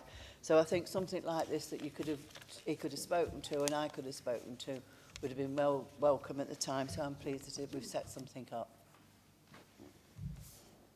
Thank you, Mrs Radford. Mrs Taylor, please. Thank you, Mr Chairman. I just want to comment on the loneliness. I'm really glad this has come forward, and a couple of points. The UK Men in Sheds, there's a couple in my local area in Charnwood, and as my role there, I'm going to visit the Men in Sheds and the Women in Sheds next week, so I'm really looking forward to that visit. I think they do great work. And also great here that the community libraries, we all know that was a difficult decision that the council had to make, but those community libraries have come on leaps and bounds, and there's some excellent community hubs out there. And I think it's down for all us as members. We know our local areas, we know what groups are there, and we also know those lonely people, and I think we need to do that connection between the two. And the libraries are a really great place to start. So I think it's all down for us as local members to make sure that we're aware of what's in our area and make sure we direct people to that help that's there in the community. Thank you. Thank you, Mrs Taylor. I concur with that. Dr Ryan, please. Thank you, Chair. I too would like to be delighted by this paper. I think that as a council, we are doing what we can to deal with loneliness and to deal with suicide, but in a wider context.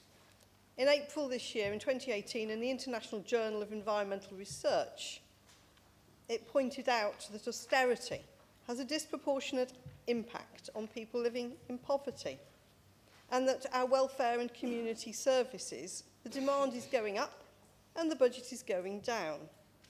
And that if we take account of the biopsychosocial model that I was trained in, unequal societies, the more unequal society that we are in, the greater the levels of distress. In fact, I remember when Peter Marks brought the graph to this very chamber, pointing that out. There is a social gradient of mental distress, including loneliness and suicide. It is linked to unemployment, which is linked to financial hardship, which then leads to greater distress, because as we know, 45% of people in debt will have mental health problems, only 14% of those of us who aren't. So yes, I welcome what we are doing here in this council, very much so. But I would also like to quote from an article that said this, in response to the loneliness minister being appointed.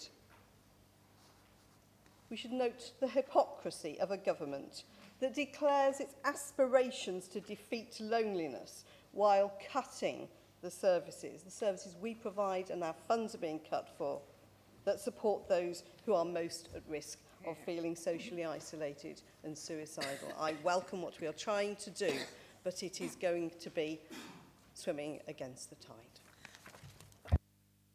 Thank you, Dr Ireland. And finally, Mr Rushton, please. Chairman, just a few brief words. Can I thank Pam for the exceedingly good work that she does in this department? We often speak ill of Mr Parsons, but he appointed Ernie White, who I think was recognised in this council as a great appointment. And I'd like to lay claim to appointing Pam as a great appointment. And she's certainly as good, in my view, as Ernie White was, and I thank her for her work. Thank you. Mrs Posnett, please. Thank you very much, Chairman, and thank you all for your remarks, and thank you, Leader, for what you've said. Certainly, Ernie is a great pair of shoes to fill, and I'm not Ernie, and I never will be, but I do have my own way of doing things and working with things. I thank Dr Einen for what she said. A lot of what she said I totally agree with, but as far as austerity and that affecting people, yes, it does. And it does affect people's mental health. But there are lots of things already going on in our communities to help people with that. As Mrs Taylor said, Men in Sheds, which we've got them in Melton, which is a great initiative. On Friday, I've got an appointment at 9:30 on Friday morning to meet some people on the Friendly Bench in Bottisford and to learn what they're doing to try and combat loneliness for particularly elderly people. Age Concern does a wonderful job at bringing people together, not just elderly people for social events, but people with dementia, which also helps the people that are caring for them and puts them in touch with other carers to help them cope with what they're doing. And it is a thing that, as a community, we should do. I've recently moved house, didn't know anybody in the street, but eventually, just by saying hello to people, or when they've been walking the job, I've got, oh, I live at number so-and-so, Pam. I know you, Pam, because I know you're a councillor, because I've obviously moved in Melton.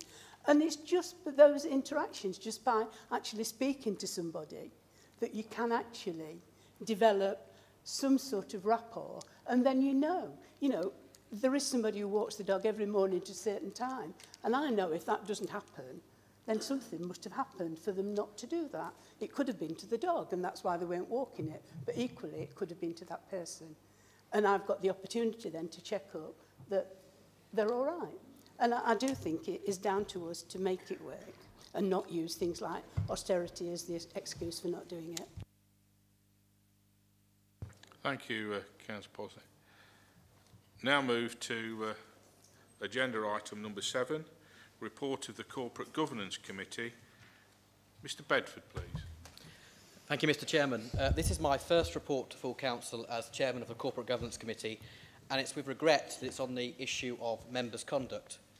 The comments made by Mr Charlesworth at a meeting of the full council on the 27th of September last year on the integrity of members of the Independent Remuneration Panel are regrettable.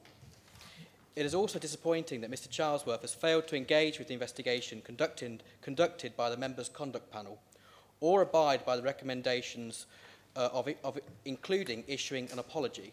The full recommendations can be found in paragraph 8 of the report. The Corporate Governance Committee was understandably disappointed in Mr Charlesworth's behaviour and his continued refusal to issue an apology. It is regrettable and sad that the authority is going to have to apologise on behalf of one of its members. And I move the motion on the Green Order paper. Mr Jennings. Yes, thank you, Chairman. I will be seconding the motion. I am most disappointed in Mr Charlesworth's behaviour. Alternatives always exist. He went down the wrong route, and it did bring this authority into disrepute.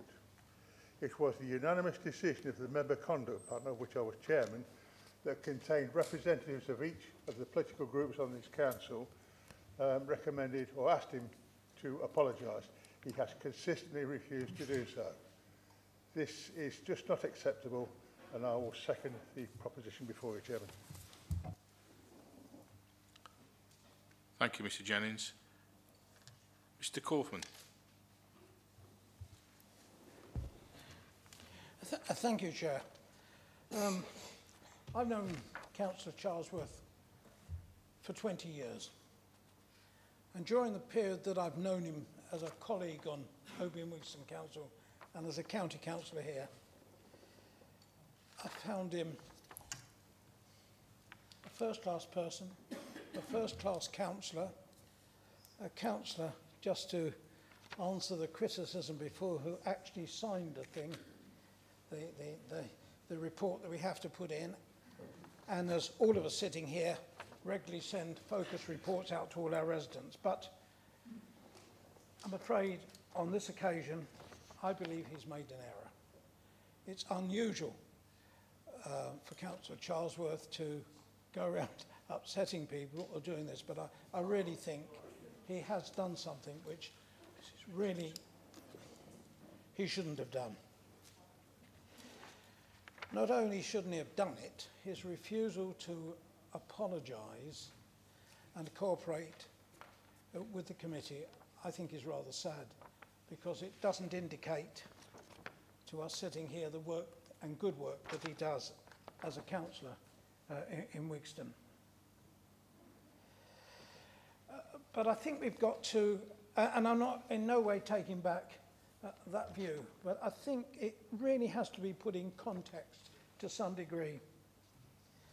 There were many people, certainly on this side of the House, that were upset with the recommendations of the Remuneration Committee on some of the proposals. So it's a Remuneration Committee he upset, and it's only the Remuneration Committee that he's been asked to apologise for, not upsetting my friends over there on the Conservative benches. But we all make mistakes. We all say things as part of our political job, I suppose, at various places, which we think in hindsight, if we would have done it a different way or said it a different way, we wouldn't have made that mistake. And also, we get into a position where we don't want to withdraw, which is rather a shame, because even the most senior members of this council, even the leader of the council, I believe has said things as being as part of a politician, which even when invited to withdraw, he's refused to do. And that was when he called us slime balls, he mentioned. And I have to tell you, there are a lot of people who live in my area who got very upset that the politics was brought down to that level. But we decided not to make a federal case out of it. But I'm just saying this to point out, I find it incredible that the leader didn't actually apologise, because he's not the type of person, when I've come across him, I'm most surprised that he said that. And other things that we say, and I have to rely on the local press and I suppose the radio, when it was reported that the leader said, why doesn't Michael just come in and apologise, even if he's got his fingers crossed behind his back? Which I think rather takes, well, perhaps it takes the heat out of it, but it's not the thing that we would have expected. So all I'm saying is, we're all human. I think he's made a mistake there. And our group have taken the action that was required of it, and I think that's the end of the matter. Thank you, Mr. Kaufman. Mr. Sheehan, please. Thank you, Mr. Chairman. I don't wish to comment on the work of the Member Conduct Panel or the Independent Remuneration Panel. They've done their work. However, as a member of the Corporate Governance Panel, Committee rather, I do support the recommendations, and the Labour Group will be supporting what's down before us, that the Council do apologise on this occasion. Thank you. Thank you, Mr. Sheehan. Mr. Osborne, please. Thank you, Chairman. When, as newly elected members, we come for the first time into this chamber, there is an assumption that all members are honourable members. And it's profoundly regrettable when one of our members does not reach the standard to which we all treat each other. I find that particularly sad. What I understand what Mr. Kaufman says about the heat of the moment, and everybody may make mistakes in what they say, but there was the chance to either explain or to withdraw, none of which has been taken up. And I dislike on principle of making, let's say, decisions about anybody when they're not present. I find that fairly difficult. But in this particular case, it seems as though no option is left open. What I am also surprised at is that if Mr. Kaufman was right that he didn't, that the response was a heated one because it didn't like the motion that was being put forward. In the same vein, I actually believe Mr. Charlesworth should have gone to members of the remuneration panel and privately spoken to them. But you don't attack somebody who is not in a position to be here, who can't respond. I think that is both unfair and quite ill-mannered. So that when Mr. Kaufman says, on some of the quotes that the leader has made, indeed I've been hauled over the coals for making comments about UKIP. But the point is, you're here to be able to make a response. You're here to stand up for yourself. And if you don't, well, that's your fault. But you can't complain about that. In this particular case, it is profoundly embarrassing for any member to get up and say what was said by Mr. Charlesworth. Everybody agreed that. And I think the response that was instantaneous at the time was the correct one. I welcome what Peter says, because I do believe that the Council has the right and should give the apology which should have been given to members of the independent panel. So on that basis and on what you have said on the motion, I cannot see any reason why it shouldn't be well supported.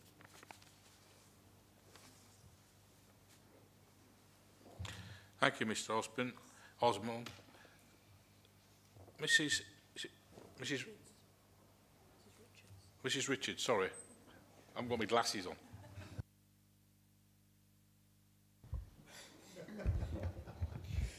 Thank you, Chairman.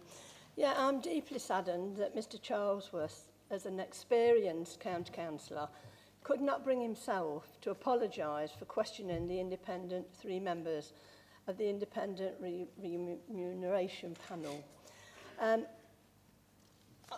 I just feel that it was so terrible that the defendants who he had accused were not here to defend themselves. The remuneration panel were not here to defend themselves on that day. And I think an apology would have saved this council a considerable amount of time and money if Mr. Charlesworth had apologised, and I deeply regret his actions. Thank you, Chairman. Thank you, Mrs. Richards. Mr. Harrison, please. Thank you, Mr. Chairman. Mr. Kaufman's mitigation was reasonable. He's an old friend, and then he got on to cyborgs, and the whole thing became a charade. The question is simply this. This gentleman, this councillor, performed it in an outrageous manner deliberately. He read from a script. He had his head down so people won't be looking, and off he went. And I think it's utterly indefensible. But what I also feel concerned about is the Liberal group. Because when he sat down, having insulted this independent group that has no right to reply like you and I have today, the leader was tapping him on the arm. The members were clearly cheering him on. So not only has Mr. Charlesworth breached an element of his behaviour, but I wonder why the leader hasn't apologised for his obvious gestures of goodwill and support for something that he probably knows was absolutely wrong, because there's nobody there to defend that action. And I don't think that the way you've responded as a group is really satisfactory. This is outrageous. This is the highest level of an offence the councillor can do. And this is the time when this fellow councillor, has incurred thousands of pounds of taxpayers' money from Leicestershire. And you've actually aided and abetted him by your initial support. Now, whether you've not been able to, and I find this quite strange because quite a few of you sitting there this afternoon, nobody's been able to pull this fella aside and say, look, this isn't right. This isn't proper. This is not how we behave. And why are you attacking people in this manner who have no right of reply? So, Mr. Chairman, I think this is bad show. And I think the Liberal councillors who applauded his actions and comments have been very quiet. They've never said, well, yes, I made a mistake. Or particularly the leader, Councillor Coulton, who was slapping him on the arm and saying how well he was. Yes, you was, sir. I watched. I could see. I was one with others who shouted outrage when he sat down. So you're implicated within that. But you do see no wrong. You've never said, well, I'm sorry because I supported it. We all supported it. So we're all sorry. No, you're not. Thank you.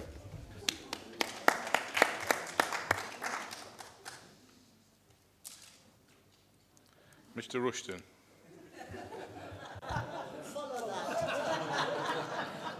I'm not used to following my father-in-law, but can I congratulate Peter, Janice and Dan for very, very heartfelt and forthright views, of which generally I agree with. Can I also be fair to Mr. Kaufman and thank him, and it does take a bit of guts to stand up and go halfway towards an apology on behalf of your good friend, Mr. Charlesworth. When you talk about me calling you names, at least you have the opportunity to respond, and that is the difference. We can say things to each other in public, and you can respond, and I can retract, and so it goes on. The failure here is it was said about people, independent people, not political people, who are not in a position to respond. That is the nub of the issue, and that is why he should not have said it, and that is why, in my view, he should apologise straight away. He can even do it now, but he should definitely apologise. Can I say thank you to the chairman of the panel who conducted this work, and the members, cross-party members, Sean and I'm not sure who, and Bill, who served from the Liberal side. The ethics and values of this council must be beyond reproach, and no matter what the Corporate Governance Committee come up with, we should support. We pride ourselves on our ethics and values. I'm proud of the work that Peter and the team did, and I just say to Mr. Charlesworth, please, please, please, swallow your pride and reply. And finally, Simon, in the view of a majority of our group, we don't think 4-week suspension is particularly onerous, but obviously you have your own rules. You've got one member suspended, one member semi-detached. It's just regrettable that he hasn't apologised and that you don't feel you can apologise on his behalf. So it falls to us as corporate members of the County Council, when we vote on this, and I'll be asking for a recorded vote, Chairman, that we all write in and apologise on the behalf of our recalcitrant member. Thank you, Mr. Rushton. Final speaker, Mr. Galton, please. Yes, thank you, Chairman. The leader said at the last leaders' meeting this was going to be a low-key debate, so I think we'll take that at face value. So what this group has done, as is made clear in the Appendix A, we had a meeting and we took action and we suspended Councillor Charlesworth for the points that have been mentioned and being in breach of the code. 28 days is the requirement in our standing orders, and the members of the group took that action. In fact, the leader, I think, said in the Leicester Mercury, he called on us to take that action. So we did that at the appropriate time, and Councillor Charlesworth is suspended to the end of this month. So the idea that we haven't addressed the issue or taken it seriously or not done something about it is absolutely rubbish. Now, what I would say is, and we are happy to support the motion that we apologise to the panel. But what we are not going to do is take any lessons from the party of Parsons over there. The cheek of the gentleman there who said that Mr. Charlesworth had wasted money in terms of the process, it wasn't as bad as what Parsons did when he pocketed money of this council and tried to defraud this council of money. Now, you know, we are not going to... Mr Chairman, please. Chairman, Point of order. Chairman, I will have my say, please. Mr Harrison, carry on, Mr Gold. Now, what happened there, of course, is that that group over there, for several years, defended countless breaches of the code, refused to take action. There was notices of motion in this council chamber, and they were voted down. There was a special meeting called by this group, and they did not have the guts to do anything about it at that time. And then they have the cheek, or Mr Harrison has the cheek, who wasn't here at that time, to attack us over, in comparison to that, a very minor Mr Golden, breach. it's rather irrelevant to what we're talking about today. I don't think it is, Chair, because it's about standards. It's about standards and ethical governance. And what I say, Chairman, is that people in glass houses shouldn't throw stones. Thank you. And you know, we are reminding people of things that have gone on. This was going to be a low-key debate. We were going to accept the... Only one member is on their feet at the time, I think, Chairman. See a show of hands of councillors across the board. It's not a point of order. Please sit down. I wasn't here. Nor was so I. Don't criticise But would you us. sit and down, if we want to please. stand us to support. Mr Galton, can we get to the point, please? Well, the point instead is, of going Chairman, back that we've over had history, a lot of hypocritical and quite regrettable comments from some members. We have indicated quite clearly that we will vote for the motion in order to apologise to the panel who can't defend. But what was attempted was a much wider criticism of my group, and I'm not going to accept that in any way, particularly from that party opposite that has issues to answer. I still have a file, Nick, I still have a file on Breedon on the Hill, which many members will remember. So we can all raise these sorts of issues. It doesn't help to move forward. And what I thought was going to happen in a measured way, that the proposer of the motion moved, that the matter was going to be voted on and closed. But instead, we have had a series of speeches that seek to widen the issue to a criticism of my group, which is wholly unfounded and unacceptable. Thank you, Chair. Mr Bedford, please. Nothing further to add, Mr Chairman, to the vote. Right, we've had a proposal and a seconder.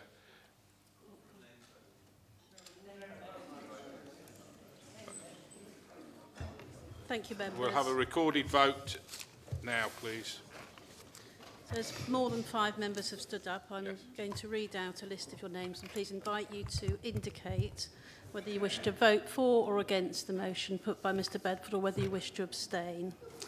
Mr Barclay, Mr Bedford, Mr Bentley, Mr Bill, Mr Blunt, Mr Bolter, Mr Bray, Mr Brecon, Dr Bremner, Mrs Broadley, Mr Charlesworth, Mr Coxon, sorry. I'm just reading off a list. Mr Coxon.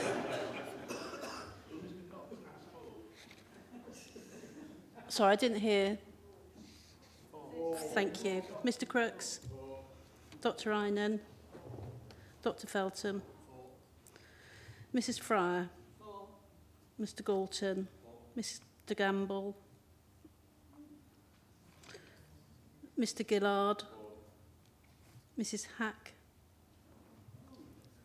Mr Harrison, Dr Hill, Mr Hunt, Mr Jennings, Mr Kaufman, Mr Licorice, Mr Mear, Mr Morgan, Mr Mullaney, Mrs Newton, Mr O'Shea, Mr Orson, Mr Osborne, Mr Old, Mrs Page, Mr Payne, Mr Parton, Mr Pearson, Mr Pendleton, Mr Poland, Mrs Posnett, Mrs Radford, Mr Rhodes, Mrs Richards, Mr Richardson, Mrs Richardson, Mr Rushton, Mrs Seaton, Mr Sheehan, Mr Shepherd, Mrs Taylor, Mr Welsh, Mrs A Wright, Mrs M Wright, and Mr Wyatt.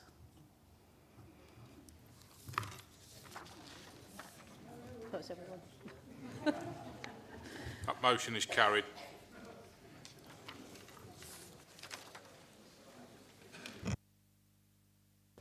We move on now to agenda item number 8, appointments in accordance with items 11 and 12 of Standing Order 4. Mr Shepherd, please. Thank you, Chairman. I move the nomination against my name on the Green Order paper. Mr Hunt, please. All in agreement? Thank you. Agenda item number 9, notice of motion. Mr Galton, please. Thank you, Mr Chairman. Hopefully we can move on to something with a little bit more consensus. Notice of motion on the unitary structure proposals announced by the leader.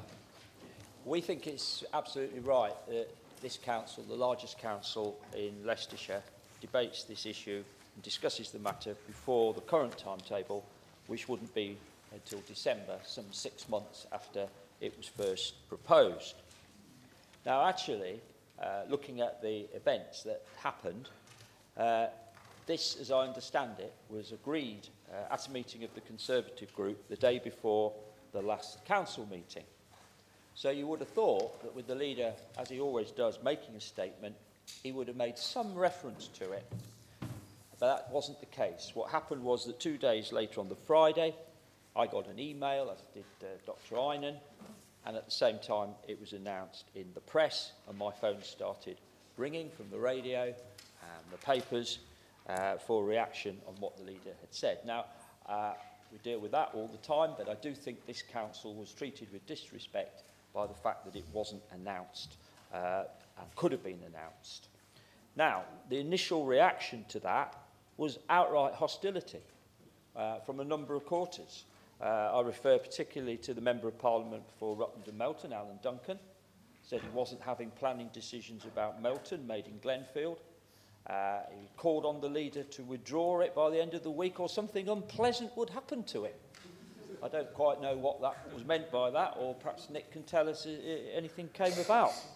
But there was, alarm bells were ringing, and I also understand there were some difficult discussions and conversations, with some members in his own group. So it's right that the council debates this issue today under the leader's proposal and timetable, and not leave it till December. Now, it raises some widespread concerns about the behind closed doors process being followed to draw up initial proposals. I note that they are for discussion and for consultation, but we all know that the first thing that comes out, the first set of proposals, the first report, tends to take a life of its own. And we've seen the responses from the district councils, to which the first letter just ignored their request for a more collaborative approach. They then wrote again on the 11th of September, and the leader referred them to the fact there was a notice of motion being considered today. So we've achieved something in that. But I want to remind the leader of what he said and what he has consistently said since he became the leader a few years ago. And he said he wanted to repair the damage done by his predecessor and to work more closely in cooperation with the districts. Well, this is a rather strange way of going about that.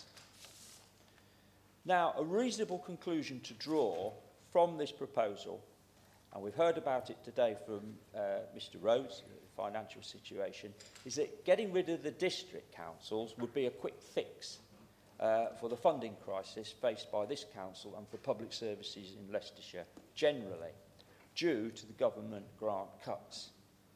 it's been suggested that a unitary structure could pocket around 30 million every year.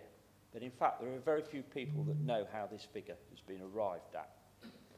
What we do know is that the cost of providing children's services and adult care, again has been discussed earlier today, is going up and government funding is going down.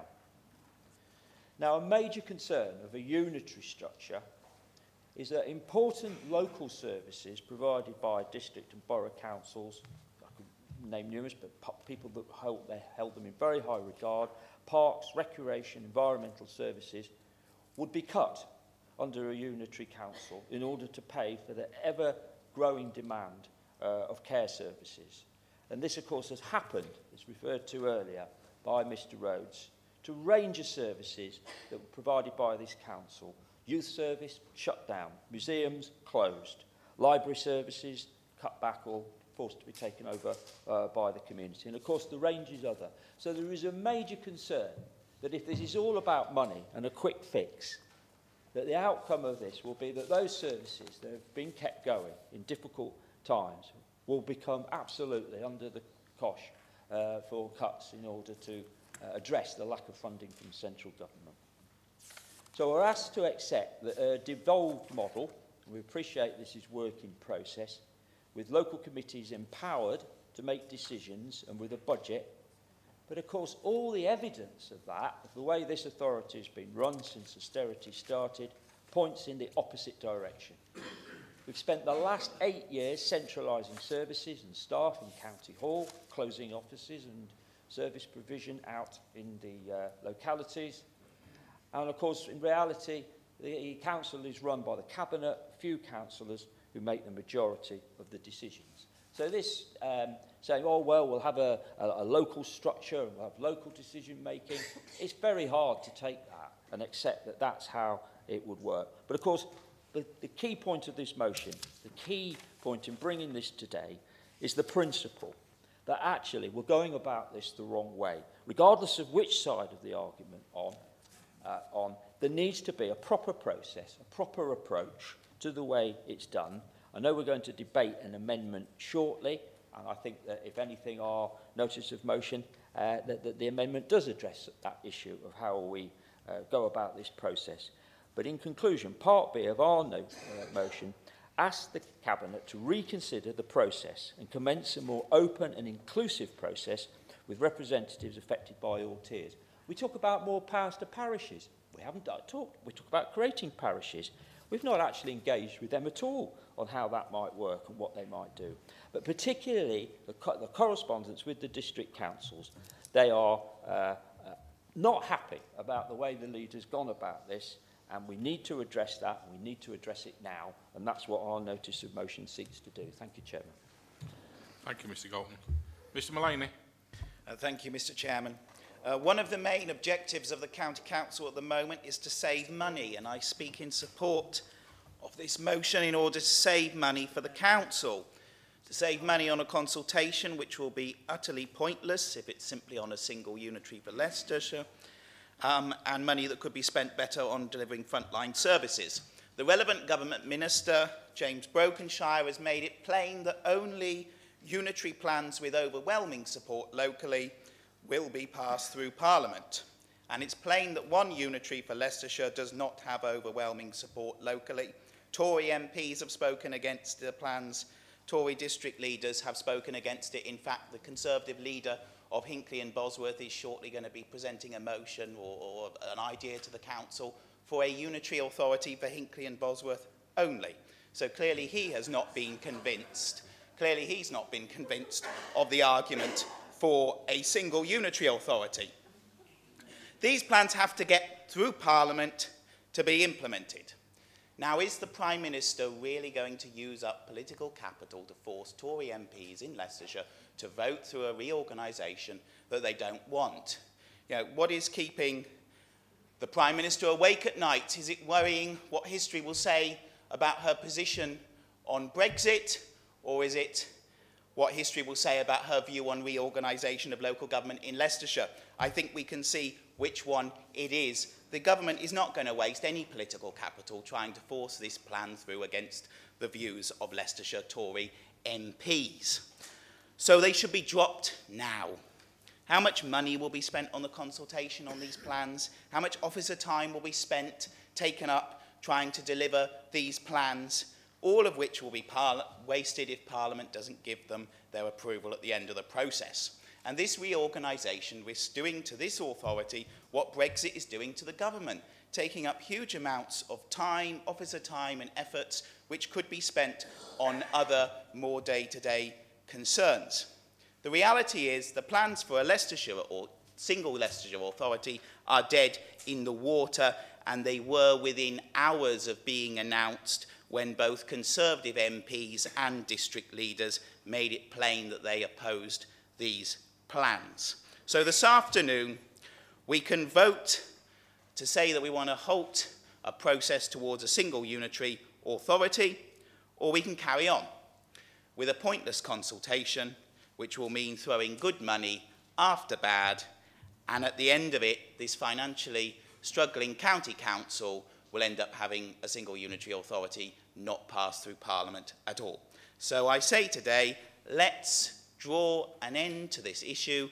Let's make it plain from the leader of the council that he doesn't support a single unitary authority for Leicestershire, which will not get through. Say it today and save this authority and the residents of Leicestershire lots of money in the process. Thank you. Dr. Iron, please. Thank you, Chair.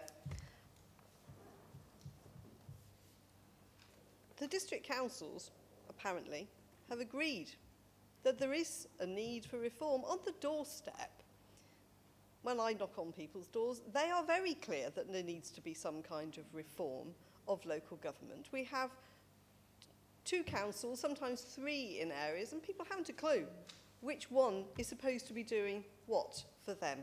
And as a councillor, often my job is signposting people to the correct council. What is interesting about this motion is why my Liberal Democrat colleagues were so surprised to find that this was happening. Because, in a sense, we've now got a royal flush, or at least Nick does. The ace, of course, was the Ernst & Young report, and he's had that in his hand now for some time and has been absolutely dying to play it. We've also got Tory austerity, where we're slimming down local government to the point of starvation in order to try and reduce the national debt, which was inherited apparently by this government at 1.076 trillion in 2010, and in March 2018 is 1.76 trillion. So that's gone up by 700 billion, and in fact went up 43 billion in the last year. So with that amount of austerity, if you've decided that cutting the public sector is the way to cure it, clearly you've got to carry on cutting, haven't you? I'm not sure it's working. But he's got the Queen of Whitehall support in principle for this kind of thing, if only we can get our act together. The Jack is what's happening in Northampton. If you're not careful, you'll have it done to you whether you likes it or not. And of course the 10, which gives him a royal flush and makes him well prepared to play this unbeatable hand, has got to be the well-named Kay Cutts in Nottinghamshire, who would like to have a strategic alliance and sees this as the way to do it. So, with that hand, he thinks it's worth the gamble. Now, this shouldn't be party political, and I hope it won't be as we go forward to discuss it, because Durham have got a very well-functioning unitary council under Labour. Cornwall have got a well-functioning unitary council under the Lib Dems, and Wiltshire have, I understand, a well-functioning council under the Tories. It also shouldn't be surprising when there are 40 dual hatters in this chamber who will have known what's going on by and large. Now, I totally agree that this needs to be right for this community. My colleagues in Nottinghamshire, Labour, are fighting against unitary status. Here, we are more interested in how unitary status can actually help that person on the doorstep who is struggling. Can we make planning work to get together with highways? Can we get housing together with communities? Can we learn and move on from the light bulb project, which reduced handoffs and waste? Those are the kinds of savings that we would like to see. We would also like to see genuine devolution, not devolution down to some strategic alliance that the people on the doorsteps I go to, but they won't even know what that is. But real responsibility, but not just real responsibility, real resources coming down to parish and town councils. Yes, we need there to be an open and inclusive process. We often hear about difficult decisions. It's mostly the people on that side of the chamber who say, we're making terribly difficult decisions.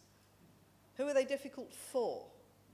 Are they difficult for you because you can't get to a community centre because they've shut? Are they difficult for you because you're digitally excluded, don't really understand how to use the smart libraries?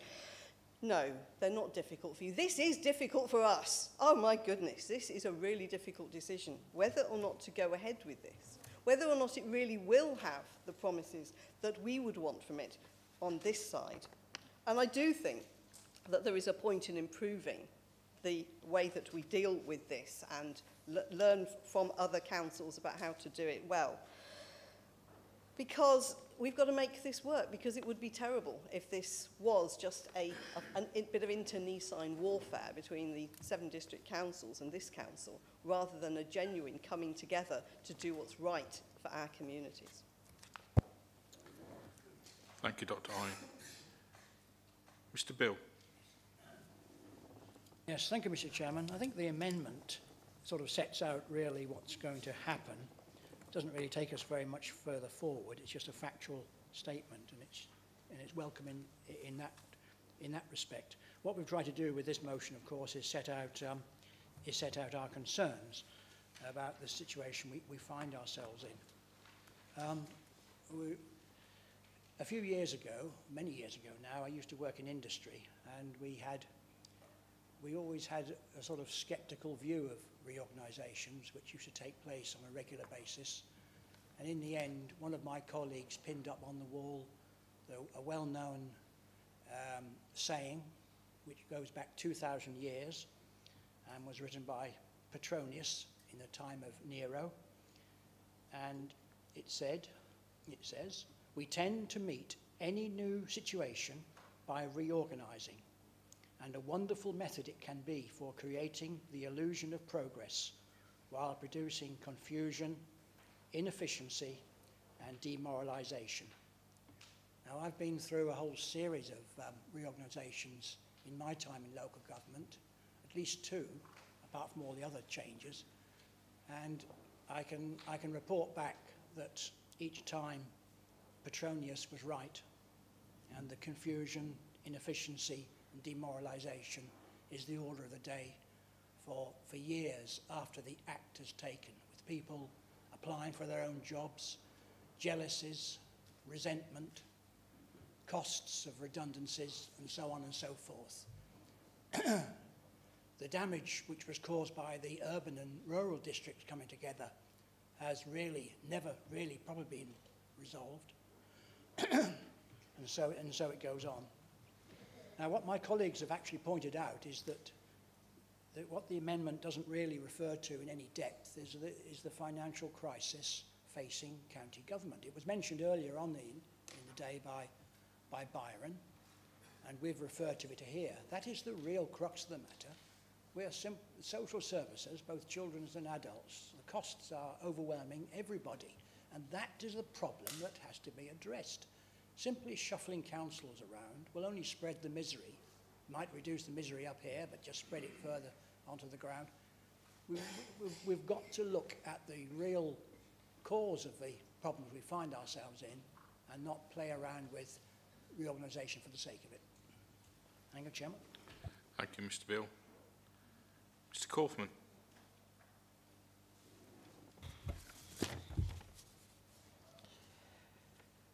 Thank you, Chair. My guess is, I may be wrong, that Councillor Bill and myself are the only 2 representatives here who survived the 1973 local government reorganisation, which certainly, in my area, put the urban districts at Oadby and Wigston together. And I think we're still paying for it. Certainly, people locally still talk about Wigston and Oadby. I'm always worried about reorganisations. You remember this, it wasn't going to happen, but was there a big reorganisation of the health service, which everybody said wasn't going to happen by this government, but somehow by accident happened, and it seemed to cost millions and billions of pounds. As far as the Labour view is concerned, I'm interested to learn that in a unitary in Nottingham, the Labour Party are not keen on having a unitary authority. But my guess would be it's because there are a couple of Labour-controlled unitary authorities in Nottinghamshire, which they don't have in Leicestershire. So perhaps their view is skewed to wherever they are. Also, the other point, whatever you say, people knew that a decision had been made 2 days before the last council meeting. So it leaves a nasty taste in one's mouth as the real motivation. And this idea of leading to a big unitary authority, I think the largest unitary authority in this country is Birmingham. And from reading my Sunday Times last week, it was about on the verge of going bust. So unitaries and size do not necessarily lead to good government. And when we come here locally, I'm very concerned. We made the decision earlier on to cut down the number of council meetings. I'm used to it, and obviously the leader has conversations with the leader of Oby and Wigston, so he knows that we had 5 council meetings in a year in Oby and Wigston. But what he didn't go on to say was that we have a committee structure where all councillors are equal. People in Melton would understand what a committee structure is, where all councillors are equal and we debate things at committee, and decisions are not made by Cabinet after usually ignoring what scrutiny says. So I'm very unhappy about this idea. First of all, we've cut down the number of meetings here. Then we decide, somebody comes with a grand idea, let's do away with all the local councils and the democratic input there. So I want to do what is best for the residents, and certainly any suggestions of working together and improving it has to be listened to. But I am very concerned that any root and branch reorganisation locally will cost a lot of money and years to implement. Thank you, Chair. Thank you, Mr Kaufman. Mr Old, please. Thank you, Chair. Listening to Simon Goldman's address on this motion, I was struck by a comment that he made, which I assume is made without the knowledge of the fact that in this very room, nearly 100 representatives of parish councils gathered in July of this year, and I was asked to outline to them the thinking behind the possibility of a unitary council. So to say that nobody was considered flies in the face of actually what took place in July and which I delivered. And I'm sorry, Michael, I like listening to what you have to say, but unless I misunderstood you, I thought you said to bring an end to the process. And yet your motion says reconsider the current process. That's not the same thing, and that's one of the reasons why I won't be voting for this motion. Thank you, Chair. Thank you, Mr Old. I've got 2 more speakers. Mr Bedford, please. Thank you, Mr Chairman. I do wonder why the Liberals should seek to stop a process before any proposals are actually on the table. I think, as the leader has consistently said over many months, probably years, the elephant in the room really is unitary status. I think Dr Inan mentioned earlier other examples across the country. And I do understand in all our groups and across the boroughs and districts there are many different views and sensitivities on both sides of the argument. But I think actually having a debate, having an open process, having a consultation, having firm proposals and engaging with it rather than merely opposing it from the start is the way forward. So I, for one, look forward to that debate when it comes. Mr Parton.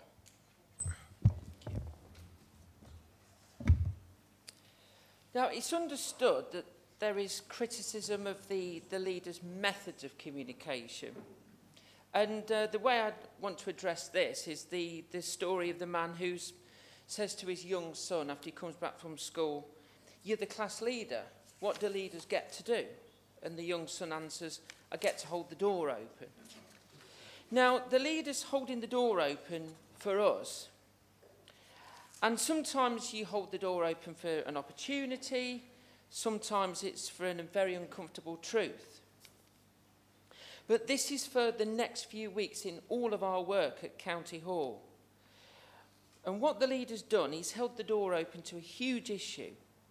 And I think he's done this with energy, he's done it with intelligence, but most of all, I believe he's done it with integrity. Now, we all have a part to play, and the focus must be to follow the leaders holding the door open, seize the opportunity, and grapple with these uncomfortable truths.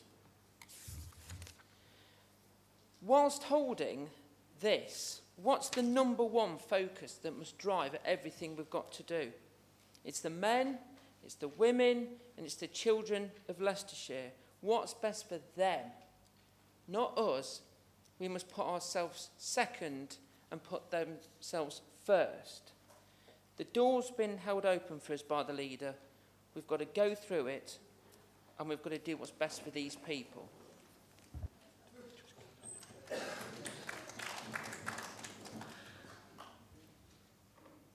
Thank you. Now I've got an amendment to the motion. Mr Rushton. Formally move the amendment in my name on the order paper. And just thank, first of all, Ted for a particularly good speech, that we are holding the door open. And again, thank Terry, because she said the same as Ted. This is about residents, not structures. It's about services, not councils. Now, obviously, we're the administration, Simon, so we discussed this fully and frankly at an open group meeting in July. I can tell you it wasn't unanimous that we move to investigate, because that is the truth, but that is the way we do things as an administration. It wasn't the time to be mentioning it at full council, because we had to formulate what we were going to do, but my members knew about it.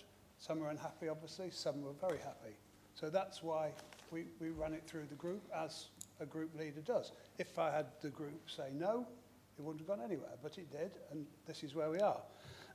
It does, as I say in 2, it has started a much needed and long overdue debate on the future provision of local government services in the country, and to be fair to the district leaders, or at least the ones I've spoken to, they've admitted that the system is possibly in need of reform, so we recognise that in 2. We recognise in 3 that austerity is bringing formidable pressures to us here. Maybe not so much to some of the districts, but the pressures here are formidable.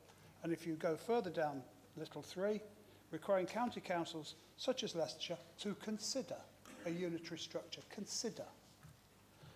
And then the next one is obviously very important, because I go to all the Midlands Engine and Midlands Connect stuff and all that, and I can tell you that the East Midlands is seriously disadvantaged by the Metro Mayor, Andy Street, by the huge monolith that is Birmingham City Council, and the fact that some of the Westminster counties are better organised together than we are in the East. So little 4, I think we can all agree with, we need to do something in the East to counteract the West.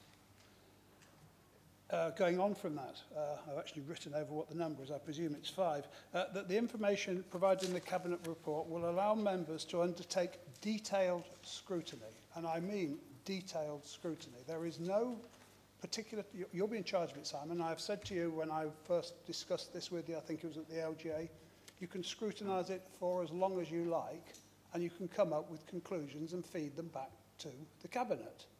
So no rush, just do it properly and do it well. I want to say as well, while I'm on my feet, I do want to have good relationship with district leaders, and I'd like to think that even though we have got this elephant now out of the room and we're all looking at it, but I'd like to think I do have good relationships with district leaders, and I have numerous of them on my benches here, and I think that I'm still good friends with them and will speak honestly with them, and I have undertaken with one of the district leaders prior to this meeting that he will arrange a meeting with the district leaders, maybe with as many members of Parliament he can get there, where we sit down as district leaders and members of Parliament with no officers to talk about this. And I think that is good and inclusive and the way we should proceed. Can I also say that we're going to set up a cross-party body. Now, originally, I was going to put district leaders on it, then I was going to put the odd cabinet member on it, but after taking advice from, and not just from cabinet members, but taking advice from wise heads behind me who aren't in positions of power but are certainly members of the group, we have completely altered who we are going to put on this new body. So the person who will chair it will be me because it needs to have some direction. I need to say to the chief as leader that we want resources to carry out the work, etc., etc. There will be no cabinet members on it. There will be no support members on it. There will be no district leaders on it. It will be normal members of this county council who do their best to serve the electorate that they represent. I would expect you to go on it, Simon, as the chairman of the Scrutiny Commission, and hopefully you'd appoint someone who's from the Oadby Wigston area. They don't represent Oadby Wigston Council as such, but from the Oadby Wigston area, because my members will represent the areas where they are elected from, so all areas will be included. I would hope that Terry goes on it again as a Scrutiny Commissioner. I know she's from North West, but I will appoint a North West member. Terry will be there as the leading member of the Labour Party, but it is down to you guys who you appoint. But I will be putting Rosita Page on as my Scrutiny Commissioner. She will also double up as representing the Harbour constituency. So there is no rush. I've said to them, there is no rush. I will chair it. We want evidence. We want opinions. I don't even mind if at the end of the day we get 2 opinions back to Cabinet in due course. You know, the opposition members may, or some of my members may even come up with a 2-state solution, a 3-state solution. We know Brokenshires rules are well in excess of 300,000. We know we're supposed to have command good public support, but I think it does need debating, it does need looking at, and it doesn't really matter if it takes us years to get there. It's the principle that we need to save money to provide services to people on the ground. That's the principle.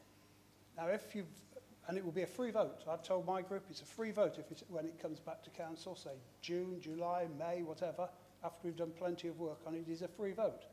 If they vote it down, I have promised my group, that is it. I will never, ever mention it again, or at least for 4 or 5 years. That will be it. But members will need to recognise if we can identify savings, and we're not saying we can definitely identify savings, although the Ernst & Young report said we could. Mr. Ruston, can you bring it to a conclusion? Your time is almost up. Certainly. So that is what we're going to do. That is what my group has agreed to support. And I'd like you to withdraw your motion and support ours because it is all-inclusive. I move, Chairman. Thank you. Mr. Rose, if you'd like a second. Yes, thank you, Mr. Chairman. When this was first announced back at the end of June, the reaction was almost a violent one, of offence that it was announced in the first place. Not a rational discussion about the merits of the case, although the leader, of course, had actually said, let's have a conversation. That was disregarded, and so we've had lots and lots of press comment about the process and not about the substance. I think it's also, however, fair to say that whilst we gave an outline in the proposals of what was being proposed in setting up a unitary authority, the detail wasn't fully there. The detail, however, will be published in the Cabinet papers, which will come out on the 5th of October and will go to Cabinet on the 16th. And then there will be an opportunity to look very closely at those and to have a full analysis and debate and conversation about the County Council's proposition. There's also been sufficient time now, because we've gone from the end of June and now we're at the end of September, so 4 months have passed, for people with an alternative view, either the view that we should stay with the status quo, or the view that we could have yet another model. 2 unitaries has been put forward. 7 unitaries that's been put forward. Certainly 1 unitary for 1 district council has. Whatever view alternatives are put forward, they can be the details for those. There's been time to work some of that out, and there'll still be more time in the future to work them up. And then we can have that full debate. Now, Mr. Mullaney made the remark in his speech that our objective was to save money on this county council. Our objective is to preserve and save services to the people of Leicestershire, as Mr. Parton pointed out too. And that's always been my objective. One of the benefits of a unitary system is that you do save money. That's been the experience of the 10 counties that went unitary 10 years ago. And I would remind the council that the whole of Scotland, the whole of Wales, the whole of Northern Ireland has a unitary system of local government. And of the 150 areas in England where top-tier services are delivered, cities and counties and semi-counties, semi-rural areas where there's a town and a rural hinterland, of the 150, 123 are unitary. 27 are not. So the momentum is towards that type of government and the simplification. I've had the benefit of being a county councillor now for 21 years and a borough councillor for nearly 16 years. And so I've seen both sides of it. I've been leader of a borough council as well. And I come to the view that we now have to seriously consider a unitary option. The reason is not just to save money, but to give better services in the future to the people that we're here to serve. And I hope that now we will, with this structure that's being proposed in this amendment, have a civilised discussion about the merits. And at the end of it, we'll have a decision taken, but not taken on the basis of, no, let's try and preserve our jobs as district councillors, or let's try and preserve the status quo because we don't want change. After all, the late Colonel Blimp, who used to be a cartoon character, once said, reforms are all right so long as they don't change anything. Well, we need to change something, I think, and I think we need to look to the future and not to the past. Someone else said that once, and I think it's actually right in this case, so I support the amendment put forward by the leader. Thank you, Mr. Rhodes. Mr. Welsh, please. Thank you, Chairman. Well, a very different tone coming from the leader here today from other correspondence that I've seen, and I do welcome that.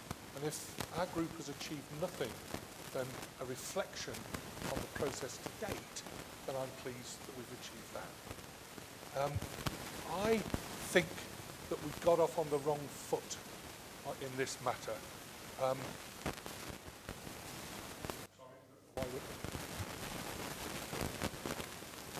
I'll carry on anyway, I will soldier through it. I think we got off on the wrong foot. I don't think any member here would say that it was a bad idea to debate and look again at the structures in place, because they've been around a long time. There's nothing wrong in doing that. But it felt as though it was just coming one way. Why couldn't we have had that approach, the conversational approach, at the beginning?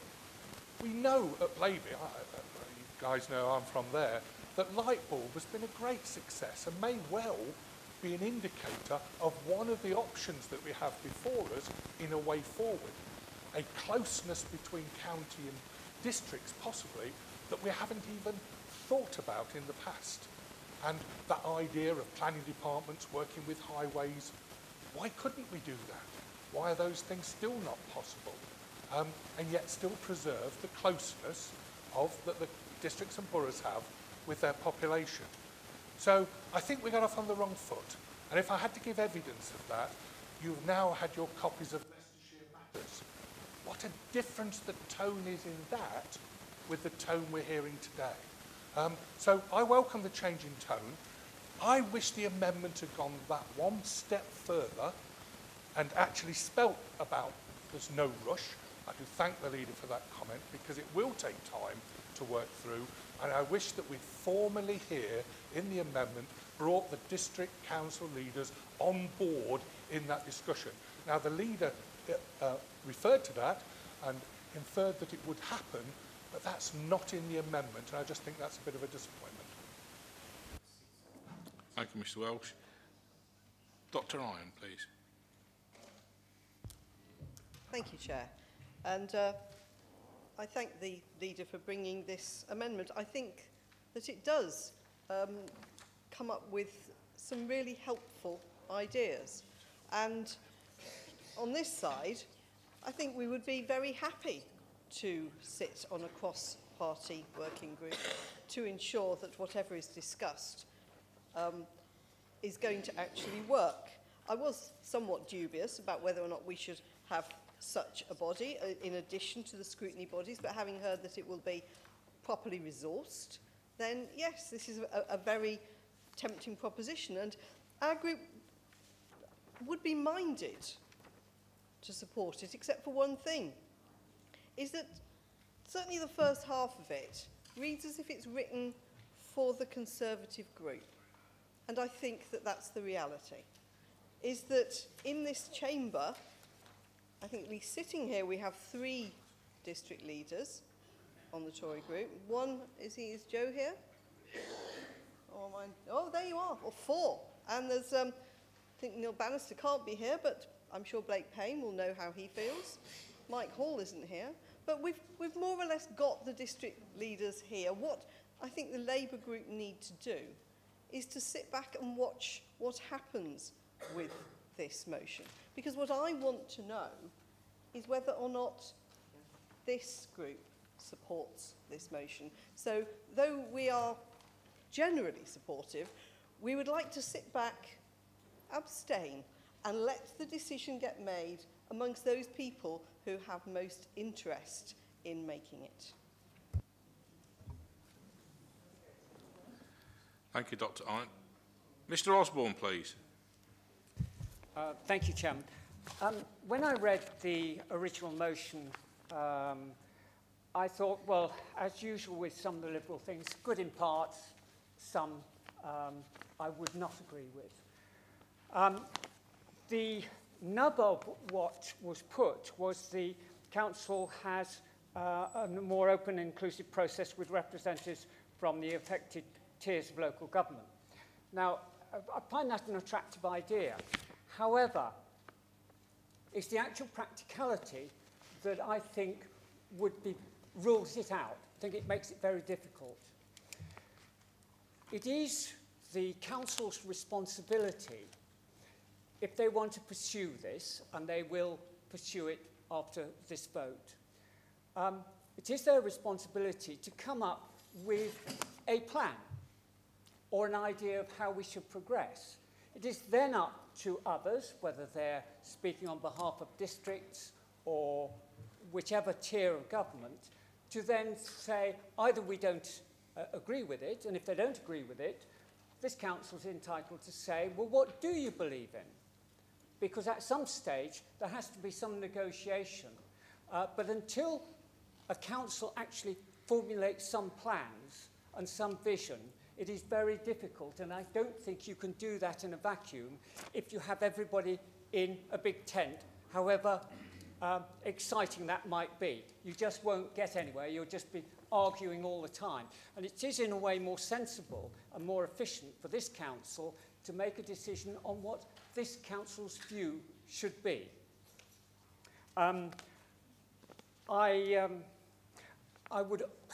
Everything is in the detail that's important.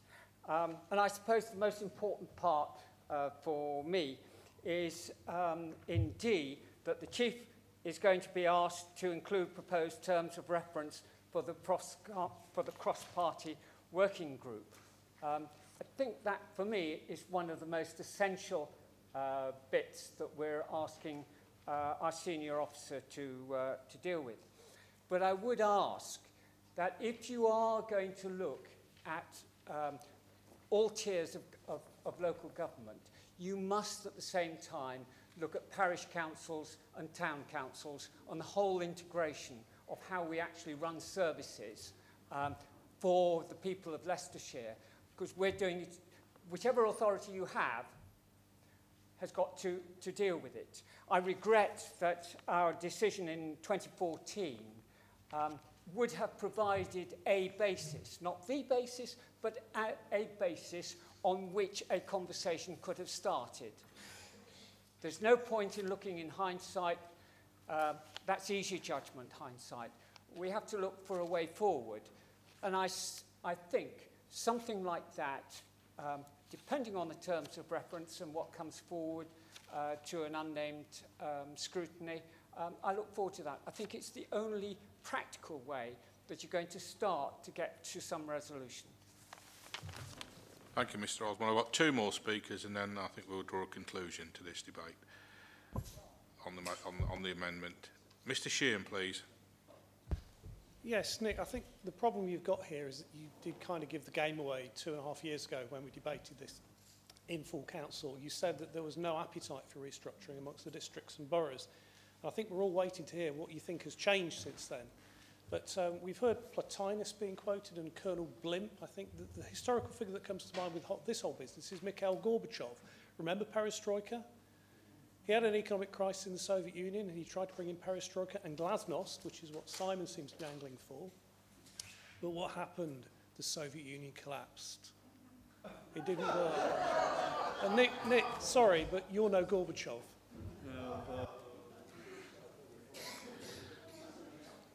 Mr. Bray, please. Yes, thank you, Chairman. I've been very quiet this afternoon, but I will just add my 2 pennies on this. Just before I do, I will just reassure the Leader I have now submitted my annual report during the course of the meeting. Of course, the content of that annual report is up to me, and I look forward to it be appearing on the County Council's website. I just wanted to, we heard from, I think it was Dr. Einan, who was talking about some of the district leaders, and we haven't heard from all the district leaders on this. I just wanted to update the council on an email that I got today as the Leader of the Opposition on Hinckley and Bosworth, who has sent me an email on this matter about the motion that he's putting to council on Tuesday night. And he says, just to inform the debate, I've spent significant time in recent weeks working with colleagues across Leicestershire in considering the Borough Council's response to the LCC proposals for local government reform in Leicestershire and the East Midlands. Whilst I and other district leaders are working together to consider a range of options, LCC have refused to join with us, insisting that they will only speak with us after they have tabled their proposals. In an email response to me on the 12th of September, the County Council leader reiterated that it would help the debate if districts were to put their proposal out. This is not how we should be discussing things, but I hope this evening that members will support this motion to give LCC at least part of what they're asking for. Officers of this council are working with colleagues from other councils to consider options available for Leicestershire and the East Midlands. They will be looking at ways of collaborating to reduce overall cost, possible district mergers and unity structures. I have, however, made a decision that for Hinckley and Bosworth, we can move quickly to introduce change without affecting the overall outcome of these discussions, and in doing so we shall send a clear message to our community, the County Council, our officers and the rest of the East Midlands and Westminster. Then he gives some examples about Stuart. He says that finally he says this is what the motion that's going to Tuesday night. This council resolves to take all necessary steps to become a unitary borough council for the Hinckley and Bosworth area. So I just thought that'd help debate. Oh, and by the way, Eric Pickles has told me I can have my phone on in council meetings. I was actually checking the rules. So thank you, Chairman. I just thought I'd add that to the debate. You did. Mr. Pickles did, by the way. That is the last speaker. I now go back to Mr. Galton, please. Okay, thank you, Chairman. So the consensus that the Leader said was there with the district councils clearly just shattered and cracked. And this really is the point of our notice of motion. Regardless of what he said, it's quite clear that they are not happy with the process. You've only got to read the correspondence and the letters that have been exchanged and the kind of quite high-handed response, the first letter, a quite high-handed response in the Leader's reply. And so what's the reaction? Well, if you're going to treat us like this, we're going to go off, certainly in the case of Hinckley, and attempt to do our own thing. And I just asked the leader to reflect on what the Secretary of State is likely to do at the end of this process if he has two proposals in front of him, one for a unitary county and one for a unitary district. I predict that he would say, well, these people clearly don't agree, can't get their act together, and there is absolutely no point in taking this forward in any way, shape or form. So, you know, we are where we are, and we've got to take into account. So, in terms of the amendment, that's clearly recognised, that's clearly going to be carried. It is a part of it speaking, as has been said, to the Conservative group in terms of reiterating why the leader thinks we need to do this. Now, if this is carried, of course we will cooperate in this cross-party group to be established, and look forward to seeing the terms of reference, because it is important that the matter is discussed and properly debated. So, of course, we will do that, but I don't think that this amendment actually properly, correctly sets out the way the leader has gone about this and the changes that need to be made. It has to be right that the proper place to come and announce something of such importance, such strategic importance, is this council chamber, that seat where he's sitting today, and not in the press and not by email. That's the fundamental issue here. The council's been treated with disrespect, and I would hope that the leader might acknowledge that. Thank you, Chair. Mr Galton, we now go to the vote on the amendment. All those in favour of the amended motion, please raise your hands.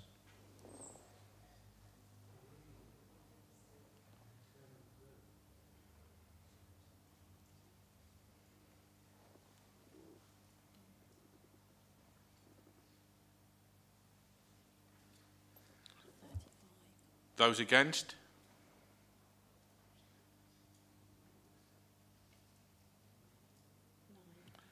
Abstentions, please. So the motion is carried. That now becomes the substantive motion. Does anybody else want to speak on the substantive motion? Mr Rushton? If a change in tone helps, I'm glad to have a change in tone. Can I say on time?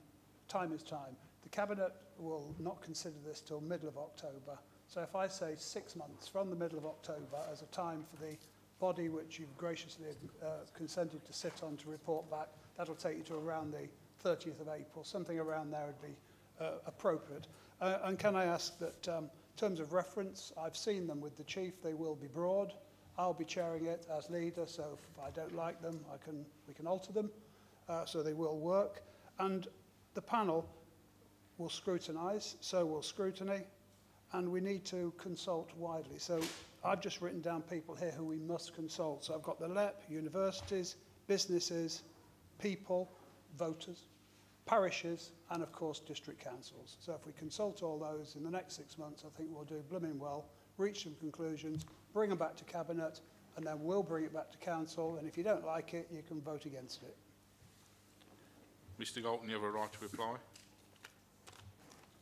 Nothing to add. So this means then that it won't be coming to Council in December. The leader has effectively announced a new timetable, and if that's the case... Thank you.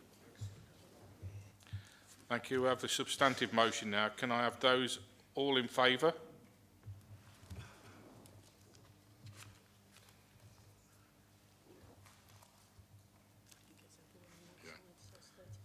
Those against? Abstentions, please. Thank you. The motion's carried. That concludes the business for today, and thank you for your cooperation.